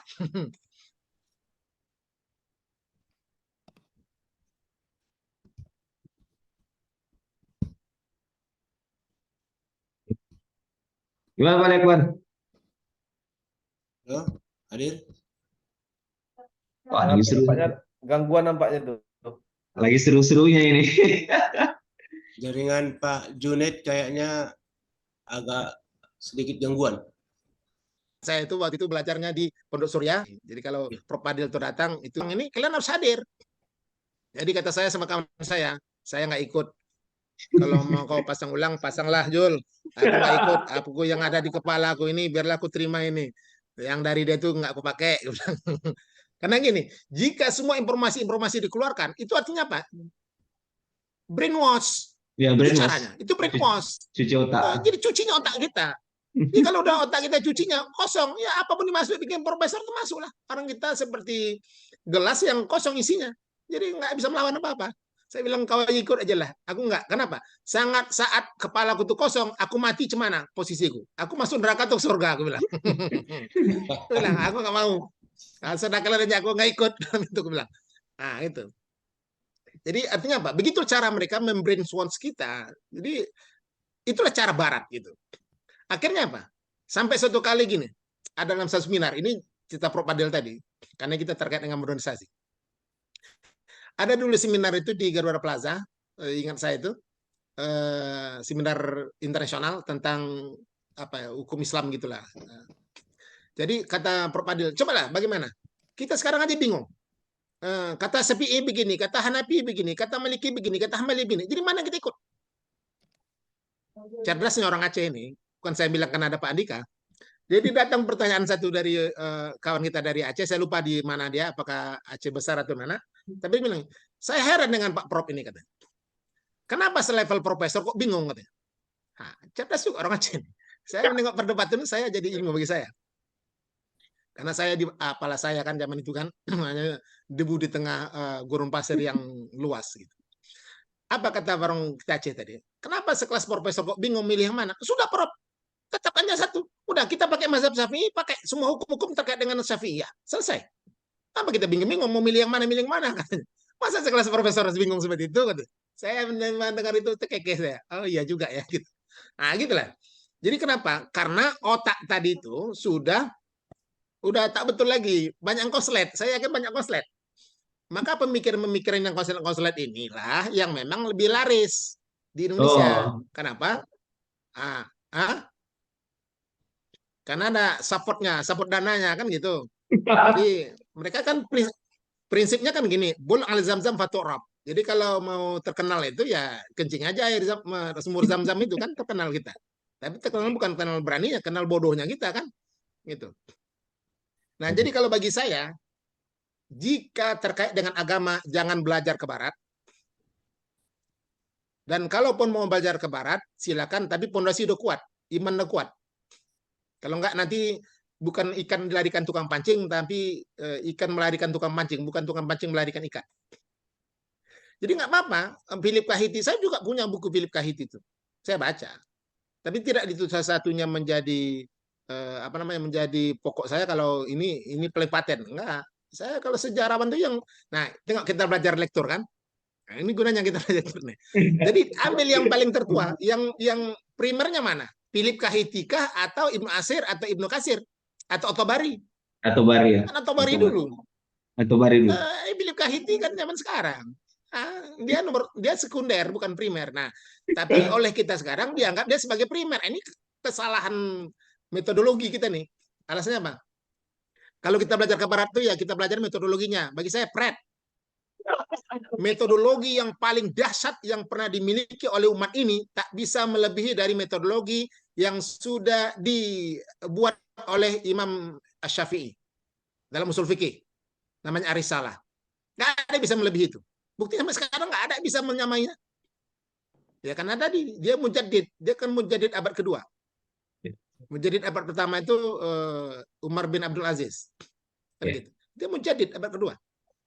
Jadi nggak ada yang bisa melebihi itu. Jadi bagi saya ya kalau cara kamu nah kalau teknologi silakan. Kemudian bagaimana? Ada nggak boleh nggak kita belajar dengan orang Islam? Nggak ada masalah belajar dengan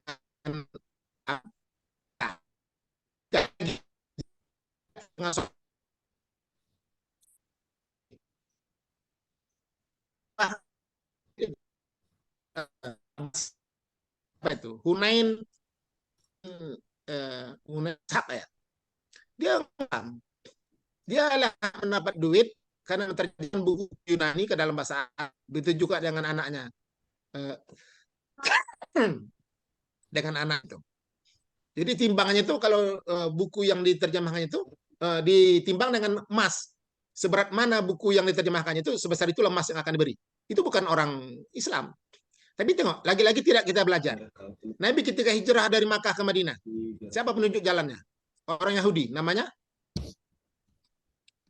Apa namanya? Abdullah bin Uraikid. Abdullah bin Uraikid itu orang Yahudi, nggak Islam. Ya. Tapi lagi-lagi coba tengok, tidak dalam soal akidah. Jadi terbalik hari ini, kita belajar usul fikih, belajar fikih itu kepada orang orientalis yang dia memang hafal Quran. Hafal Quran. Tapi agamanya nggak jelas, segitulah. Itu yang kita yakini. Nah, nanti dia akhirat nanti tanya, siapa guru kau? Guru kita nggak Islam. Nggak bisa menyelamatkan kita dia. Nggak ada bisa memberikan syafaat. Apa? Tapi kalau belajar tentang teknologi, silakan aja. Kedokteran misalnya, ilmu-ilmu eksat, ya nggak apa-apa. Memang tak ada masalah. Tapi jika terkait dengan akidah, itu hati-hati. Oke, kemudian tadi yang terakhir ada pertanyaan, haruskah modernisasi itu dilakukan setiap situasi? Ya. Bahwa modernisasi itu adalah sebuah keharusan. Contohnya di negara kita ini, setiap saat modernisasi. Kurikulum diantaranya kita modernisasi kurikulum kita. Kan? Yang banyak di modernisasi itu kurikulumnya. Tapi soal duitnya, itu kadang-kadang lupa orang. Nah, bagaimana guru kadang-kadang sertifikasi guru nggak dibayar gitu kan, itu nggak peduli dia.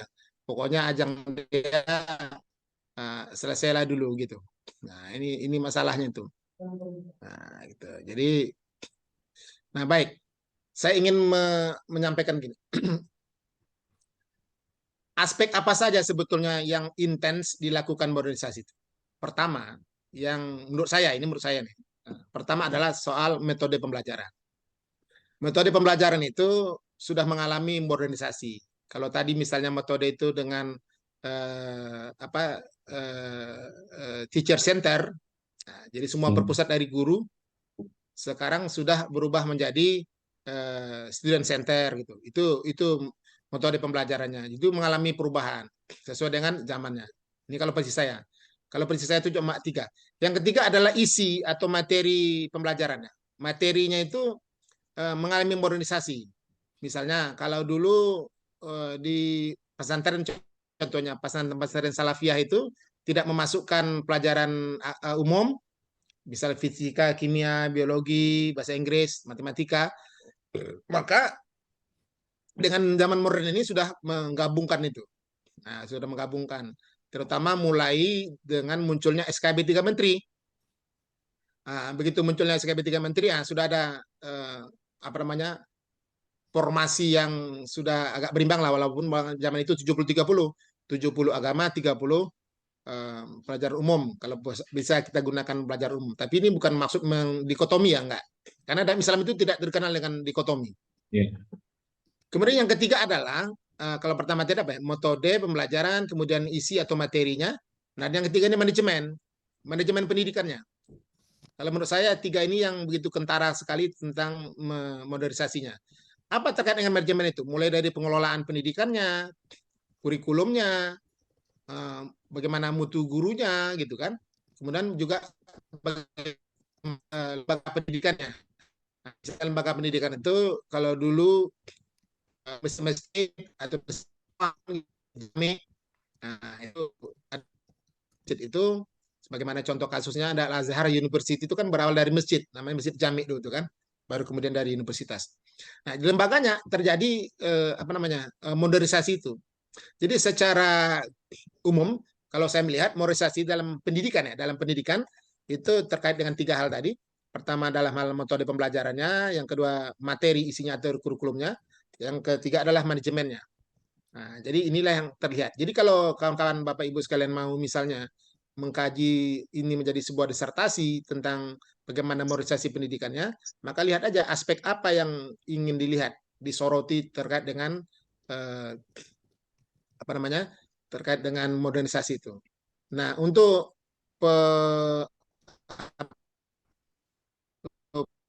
di silakan.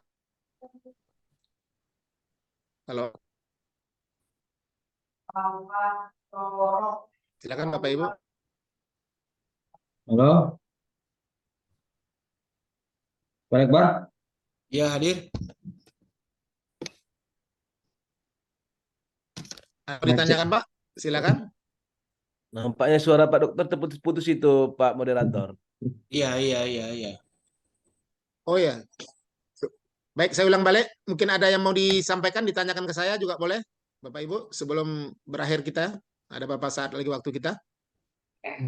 Jadi tadi Prof yang aspek yang sangat kuat berdasarkan penjelasan Prof tadi, yang pertama adalah tentang metode pembelajaran, kemudian kurikulum atau isi, serta Isi materi manajemen.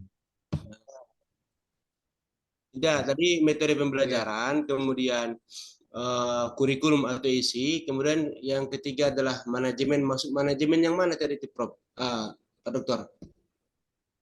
Manajemen pendidikan. Ya, manajemen pendidikan itu misalnya terkait dengan pengelolaan pendidikannya, pengaturan kurikulumnya, peningkatan mutu gurunya, itu kan. Baru kemudian bagaimana pengembangan lembaga pendidikannya. Ini terkait dengan manajemen pendidikan secara umum ya, secara umum manajemen pendidikannya. Jadi jangan bayangkan manajemen itu yang oleh job theory itu aja, POAC, planning, organizing, controlling, dan actuating itu. Nggak sesederhana itu sebetulnya kalau cerita soal manajemen pendidikan. Jadi paling tidak tadi itu bagaimana kurikulumnya terus diupdate. Sama dengan kita juga di S3 juga update kurikulum. Paling tidak per 5 tahun itu kurikulum sudah diupdate gitu. Malah dari sebagian tempat kadang per 3 tahun dia sudah update, sudah berganti mata kuliahnya. Kita ini alhamdulillah udah lama mata kuliah tak berganti-ganti. Kemarin begitu saya kan suka nyeleneh gitu. Kemarin waktu kita update kurikulum di Miana Hotel itu, di grup S3PD itu ada doktor-doktor dan ada mahasiswa kita S3 juga, ada beberapa orang, kemudian ada 2 profesor. Saya katakan begini, kita yang kumpul sini profesor dan doktor. Mohonlah saya bilang kita keluarkan satu buah mata kuliah yang belum ada sebelumnya dan ini akan kita ganti, saya bilang. Jadi di situ ada Prof Mukti, ada Prof Wahyudin, ada 2 profesor itu dan para dokter-dokter, dosen-dosen senior kita. Nggak ada yang bisa mengeluarkannya. Jadi mereka tak bisa menjawab pertanyaan saya itu. Jadi saya dalam hati saya, kalau udah beginilah namanya, bagaimana kita melakukan pembaruan? Kalau untuk udah kelas doktor, profesor berkumpul memunculkan satu mata kuliah aja kita nggak bisa. Saya bilang itu, kalau gitu malu kita ini yang kumpulin dokter-dokter dan profesor. Masa untuk memunculkan satu mata kuliah aja kita tak berhasil, saya bilang gitu. Memang agak terlalu keras suara saya itu. Ada Pak Prof Mukti Plak situ kan, guru kita kan. Nah, gitu. Jadi kalau Prof Wahyudin, saya belum pernah berguru sama dia, jadi agak tak pala di apa kali kan. Sekali-kali Pak. Nah, tapi tetap kita hormati sebagai dosen kita. Nah, gitu. Jadi itulah pembaruan tadi ya. Baik, Bapak Ibu, jam kedua ini sama siapa masuk? Pak Abdul Mukti. Wah, mata kuliah apa ya? Ada lagi nih, Prof, pertanyaan kalau Ya, masih boleh. silakan. Boleh. Mohon izin Pak dosen kami yang saya muliakan. Saya Azwar Amnur dari Aceh Singkil, Pak. Ya. Kaitan dengan modernisasi, memang sekarang ini banyak yang ingin dimodernkan dari berbagai bidang, berbagai sisi, termasuk pendidikan. Yang ingin saya tanyakan, bagaimana kita menilai atau bagaimana kira-kira pandangan Bapak Prof terkait modernisasi, hubungannya dengan politik ataupun hubungannya dengan kekuasaan pemerintah, katakanlah, atau mungkin politik global. Karena kita tahu terjadi modernisasi itu ketika Barat menguasai sistem global lah kita bilang ya, ketika Barat berkuasa, sehingga seolah-olah kita harus gimana? Seolah-olah kita harus mengikut mereka yang kadang-kadang walaupun tidak sepenuhnya benar yang mereka praktekkan itu, tapi karena mereka pegang kendali, mereka pegang kuasa, terpaksalah kita ikutkan itu.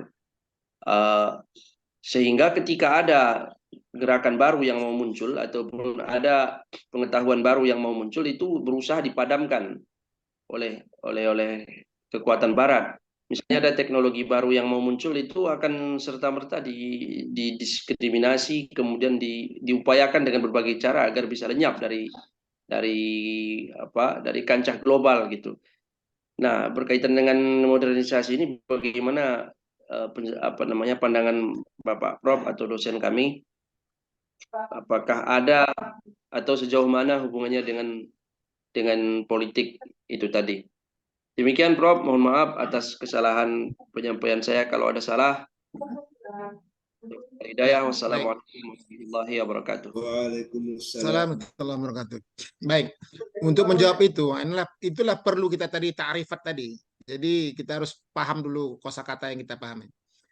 Apa sebetulnya itu pembaruan itu? Apa sebetulnya modernisasi itu? Jadi kalau kita misalnya merujuk sosiolog yang namanya Suyono Sukanto, dia mengatakan bahwa modernisasi adalah suatu perubahan sosial yang sistematis dan terstruktur, yang berakar pada perencanaan. Jadi ada social planning namanya, ada perencanaan. Itulah disebut dengan modernisasi menurut versinya si Suryono Sukanto ini. Saya kenapa mengutip itu? Karena saya dengar tadi yang ini tak pernah dikutip. Yang dikutip orang Azumadi Azra, Harun Nasution, Mukti Ali segala macam. Tapi saya agak berbeda supaya minimal ada tambahan gizi barulah bagi kita. Jadi adanya suatu perubahan sosial yang sistematis, terstruktur, yang berakar pada sebuah perencanaan. Itulah modernisasi. Maka dalam bahasa saya, modernisasi itu adalah perubahan. Dan yang abadi dalam hidup ini, kawan-kawan, adalah perubahan. Kenapa manusia bisa bertahan? Karena dia bisa beradaptasi dengan perubahan. Mulai zaman Nabi Adam sampai dengan Adam Smith masih bertahan manusia ini. Beda dengan dinosaurus. Dinosaurus kenapa dia tak bisa bertahan? Karena dia tidak bisa beradaptasi dengan lingkungannya, dengan perubahan yang ada. Maka yang membunuh dinosaurus itu bukan sesama dinosaurusnya, tapi siapa yang membunuh dinosaurus? Hujan meteor. Siapa yang membunuh dinosaurus? Alam. Hah? Alam. Waktu. Yang membunuh dinosaurus adalah kuman yang menggerogoti kakinya. Akhirnya mati. Mati dengan sendirinya dinosaurus itu. Sekarang tak muncul-muncul lagi. Kenapa? Dia tak bisa beradaptasi dengan zaman. Manusia, dia sebagai khalifah yang didesain oleh Allah, nah ini bahasa saya ini, didesain oleh Allah untuk mendiami bumi ini, maka dia diberikan kemampuan atau kompetensi, kalau bahasa pendidiknya, kompetensi untuk mengelola alam semesta ini dengan cara apa? Bisa melakukan perubahan. Jadi kalau ada orang yang tak mau berubah dan tak mau melakukan perubahan, maka dia akan menjadi dinosaurus. Silakan aja. Kita mau berubah atau kita akan tergerus dengan perubahan. Nah, cuma ada beberapa syarat terkait dengan perubahan itu sendiri. Pertama, kita tidak terkontaminasi dengan perubahan yang yang jelek, yang buruk. Jangan ikut yang buruk-buruk itu. Maka ada fondasi agama dalam diri kita. Nah, itulah pedoman kita.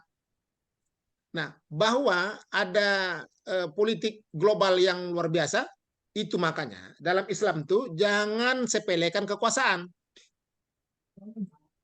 Jadi authority in Islam itu, kekuasaan dalam Islam itu sangat penting. Nabi itu meninggal hari Senin pagi, sekitar jam-jam 8, jam 9, waktu duha. Tapi kapan Nabi dikebumikan? Dikebumikan Nabi itu malam Rabu. Selepas sholat Isya, baru Nabi dikebumikan. Jadi hampir Selasa, Rabu. 2 hari 2 malam Nabi itu tak dikebumikan. Kenapa? Karena belum ada pemegang otoritas kekuasaan. Khalifah belum terbentuk di mana itu? Di Saqifah Bani Sa'idah. Belum ada. Maka begitu terpilihnya Abu Bakar, barulah Nabi diselesaikan prosesinya. Kenapa? Kalau Nabi sudah dikebumikan, sementara Khalifah belum ada, ini Islam bisa bubar. Dan buktinya, begitu Nabi meninggal, banyak yang kembali murtad. Apalagi negara. Jadi apakah Islam zaman Nabi itu sebuah negara? Ya. Dan itu menjadi sebuah skripsi saya. bahwa Nabi itu adalah pemimpin kekuasaan sekaligus pemimpin agama. Itu skripsi saya ketika membahas tentang konsepsi negara Islam menurut pemikir Yusuf Al-Qaradawi. Jadi kalau dalam teori modern, negara itu syaratnya ada 4. Pertama adanya wilayah, yang kedua adanya masyarakat, yang ketiga adanya konstitusi, yang keempat adanya pengakuan luar. Empat ini sudah zaman Rasul. Bahwa masyarakat Islam ada masyarakat Madinah, konstitusinya ada Al-Quran, ada wilayahnya, ada wilayah Madinah. Yang ketiga adanya pengakuan. Nabi diakui oleh Heraklius. Datang Heraklius memberikan malah bukan hanya mengasih hadiah, tapi juga perempuan dikasihnya kan. Itu yang akhirnya nanti menjadi istri Nabi, namanya Maria Qibtiyah. Seperti itu. Nah, jadi itu betapa pentingnya negara itu. Nah, negara ini diatur oleh politik.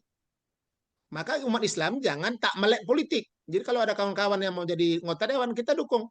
Kalau di Medan, kita coblos 1 suara untuk dia. Maka kalau disingkir nggak bisa lah, KTP kita udah beda. Ya kan? Nah, jadi maka penting, kenapa? Semua yang terjadi hari ini dunia kita sekarang ini, semuanya diatur oleh politik. Ekonomi diatur politik, pendidikan diatur politik. Coba semua aspek kehidupan kita digantungkan kepada politik. Begitulah pentingnya politik hari ini. Jadi terkait dengan dalam proses modernisasi itu, ya politik juga mengalami modernisasi. Sistem pemerintahan juga. Politik itu terkait dengan pemerintahan ya. Nah, jadi kalau cenderung politik itu kan kata baku politik itu adalah kekuasaan. Jadi kalau ada orang yang berpolitik tapi tak ingin kekuasaan, berarti dia lupa dengan terminologi apa itu politik kan gitu. Saya kebetulan cerita politik ini 2 SKS saya Pak. Dulu di Syariah saya kan jurusan Jinayah Siasah. Jadi jurusan pidana dan politik Islam. Jadi saya ada mata kuliahnya tuh. Jadi kalau kita cek politik, bolehlah kalau dua gelas kopi masih sanggup lah kita duduk untuk membahas tentang politik ini. Karena memang ada mata kuliah saya. Karena jurusan saya siasah politik. Baik, itu ya. Jadi semua mengalami perubahan. Jadi semua aspek kehidupan berubah. Jadi yang tak berubah itu apa? Perubahan Cintaku sendiri. kepadamu dan cintamu kepadaku. Itu aja lah. Aduh. Yang tak berubah itu cintaku kepadamu. Poligami itu. Kau dan aku tak akan pernah berubah. Allah. Jadi yang tak berubah itu harus itu. Selebihnya boleh berubah. Karena kita adalah perubahan. Hidup dalam perubahan. Maka coba tengok ayat Quran. Ini satu kali nanti bisa ditelaah itu. Innallaha la yughayyiru Ma biqaumin hatta yughayyiru ma bi anfusihim. Itulah ayat modernisasi. Kalau hadis tadi udah innallaha yab'atsu bi azil ummah kan? Nah, kalau itu tadi itu ayat modernisasi. Maka ayat itu coba tengok. Ternyata apa? Modernisasi itu, tapi waktu kita nggak cukup. Nantilah terkait dengan ayat itu kita bahas ya. Ya, bro. Bahwa innallaha yughayyiru ma biqaumin. Coba tengok. Perubahan itu harus dilakukan oleh kaumin, bukan oleh pribadi. Nah, ingin. Biqaumin hatta yughayyiru ma bi anfusihim. Untuk melakukan perubahan itu harus dikeroyok secara massal. Itulah tadi dalam Surjono Sukanto itu mengatakan modernisasi itu ada perubahan sosial yang sistematis, perencanaan yang dilakukan secara struktur. Terstruktur itu kan harus punya orang. Perencanaan itu punya orang lain. Jadi senapas dengan Al-Quran tadi, ma biqaumin. Jadi yang dilakukan oleh kaum. Jadi nggak bisa. Perubahan di UIN ini nggak bisa dilakukan oleh satu orang. Tapi bahwa dimentori oleh satu orang, yes, oke.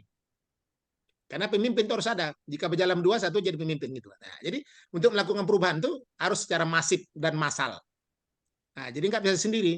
Kalau sekelas misalnya pesantren, Pak Andika bolehlah sendiri karena skopnya cuma pesantren. Silakan aja gitu.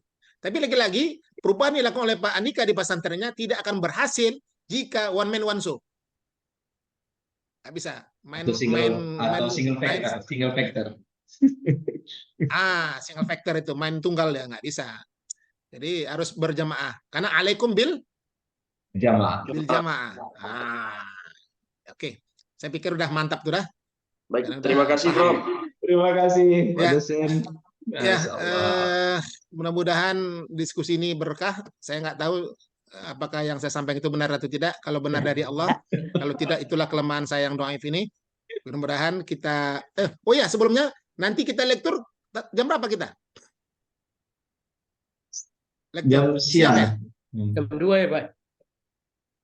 Oh, jam 2 ya? Jam Oke, 2, oke. Prof. Baik. Mudah-mudahan kita sehat. Bertemu lagi di jam 2. Mudah-mudahan yang lagi nyupir bisa sudah berada di rumah atau di tempat diam. Dan kita doakan dia sehat walafiat sampai ke tempat tujuan. Tapi Dan bisa nanti akhir Prof kalam, kita bahas masalah politik, Prof, 2 kopi. boleh. Itu cocoknya di politisi. mana tuh? Di single Politisi atau itu, di Prof. nias? Yang ngomong barusan itu pengurus partai itu, Prof. Maka tertarik kali dia Oh, politik. enggak apa-apa. Partai ada 2. Ada Hizbullah, ada Hizbus Syaitan. Nah, tergantung partai mana nih. Ya, Hizbullah itu, insya Allah. Hizbullah, alhamdulillah. Jadi bisa kita bahas nanti di single atau di nias. Jadi antara single nias itu cuma 1 malam aja kalau naik Siap, kapal laut Prof. kan. Siap. Ya. Kayaknya perlu juga sesekali rilah kita ya kan. Iya. Cocok, Prof. Rilah Cocok. kita kan. Iya. Oke, sip. Pokoknya kita tunggu aja lah. Tunggu undangan. Sayangnya orang Allah. Nias belum respon itu, Pak. Dia menunggu aja tuh. Oh, iya. Kalau Bu Kaman itu dia menunggu aja dia tuh. Oh iya. Menunggu respon kawan-kawan maksudnya. Tapi Oke, seperti terima dokter bilang tadi, Ya. perubahan itu kan rame-rame. Bukan dia menentukan Ya. sendiri. Betul. Jadi yang abadi itu adalah perubahan. Yang tak berubah siapa? Antara aku dan Cintaku kamu. padamu. Akan berubah. Baiklah kawan-kawan sekalian, Mari kita sudah akhiri. berujung waktu daripada perkuliahan kita di pagi hari ini. Terima kasih kepada Bapak Doktor, Bapak dosen kami, kemudian Saudara Andika sebagai pembakalah. Kawan-kawan sekalian, mudah-mudahan apa yang kita diskusikan hari ini bermanfaat. Insya Allah kami menunggu kabar dari Bapak Doktor tentang perkuliahan minggu depan, apakah kita kuliah atau tidak. Kami mohon untuk diinformasikan kembali Pak. Yang pastinya gini, izin. Yang pastinya saya tidak akan bisa masuk di kelas karena saya berada di Jogja waktu itu. Nanti berangkatnya hari Kamis, pulang Minggu. Ada MOU dengan Win Jogja. Jadi kita sepakati saja apakah kawan-kawan lanjut terus perkuliahan tanpa kehadiran saya, kemudian atau dirapel. Dirapel Dengan aja, mata saya kira, nanti Pak. digabung. Dirapel aja Pak Dokter. Dirapel Pak Doktor. Baik. Dirapel. Baik, terima kasih. Subhanakallah wa asyhadu an la ilaha illa anta astaghfiruka wa atubu ilaik. Terima kasih, saya kembalikan ke moderator. Baik, kita tutup pertemuan kita hari ini dengan sama-sama membaca Alhamdulillahirabbil alamin. Alhamdulillah. Alhamdulillahirabbil alamin. Minta maaf. Terima kasih Pak Dokter. Assalamualaikum warahmatullahi Sama-sama. Terima kasih, Pak Prof. Ya, sama. Salam warahmatullahi wabarakatuh. Saya izin keluar ya. Izin Biar masuk kawan-kawan Prof di Mukti sini ya. kan. Ya,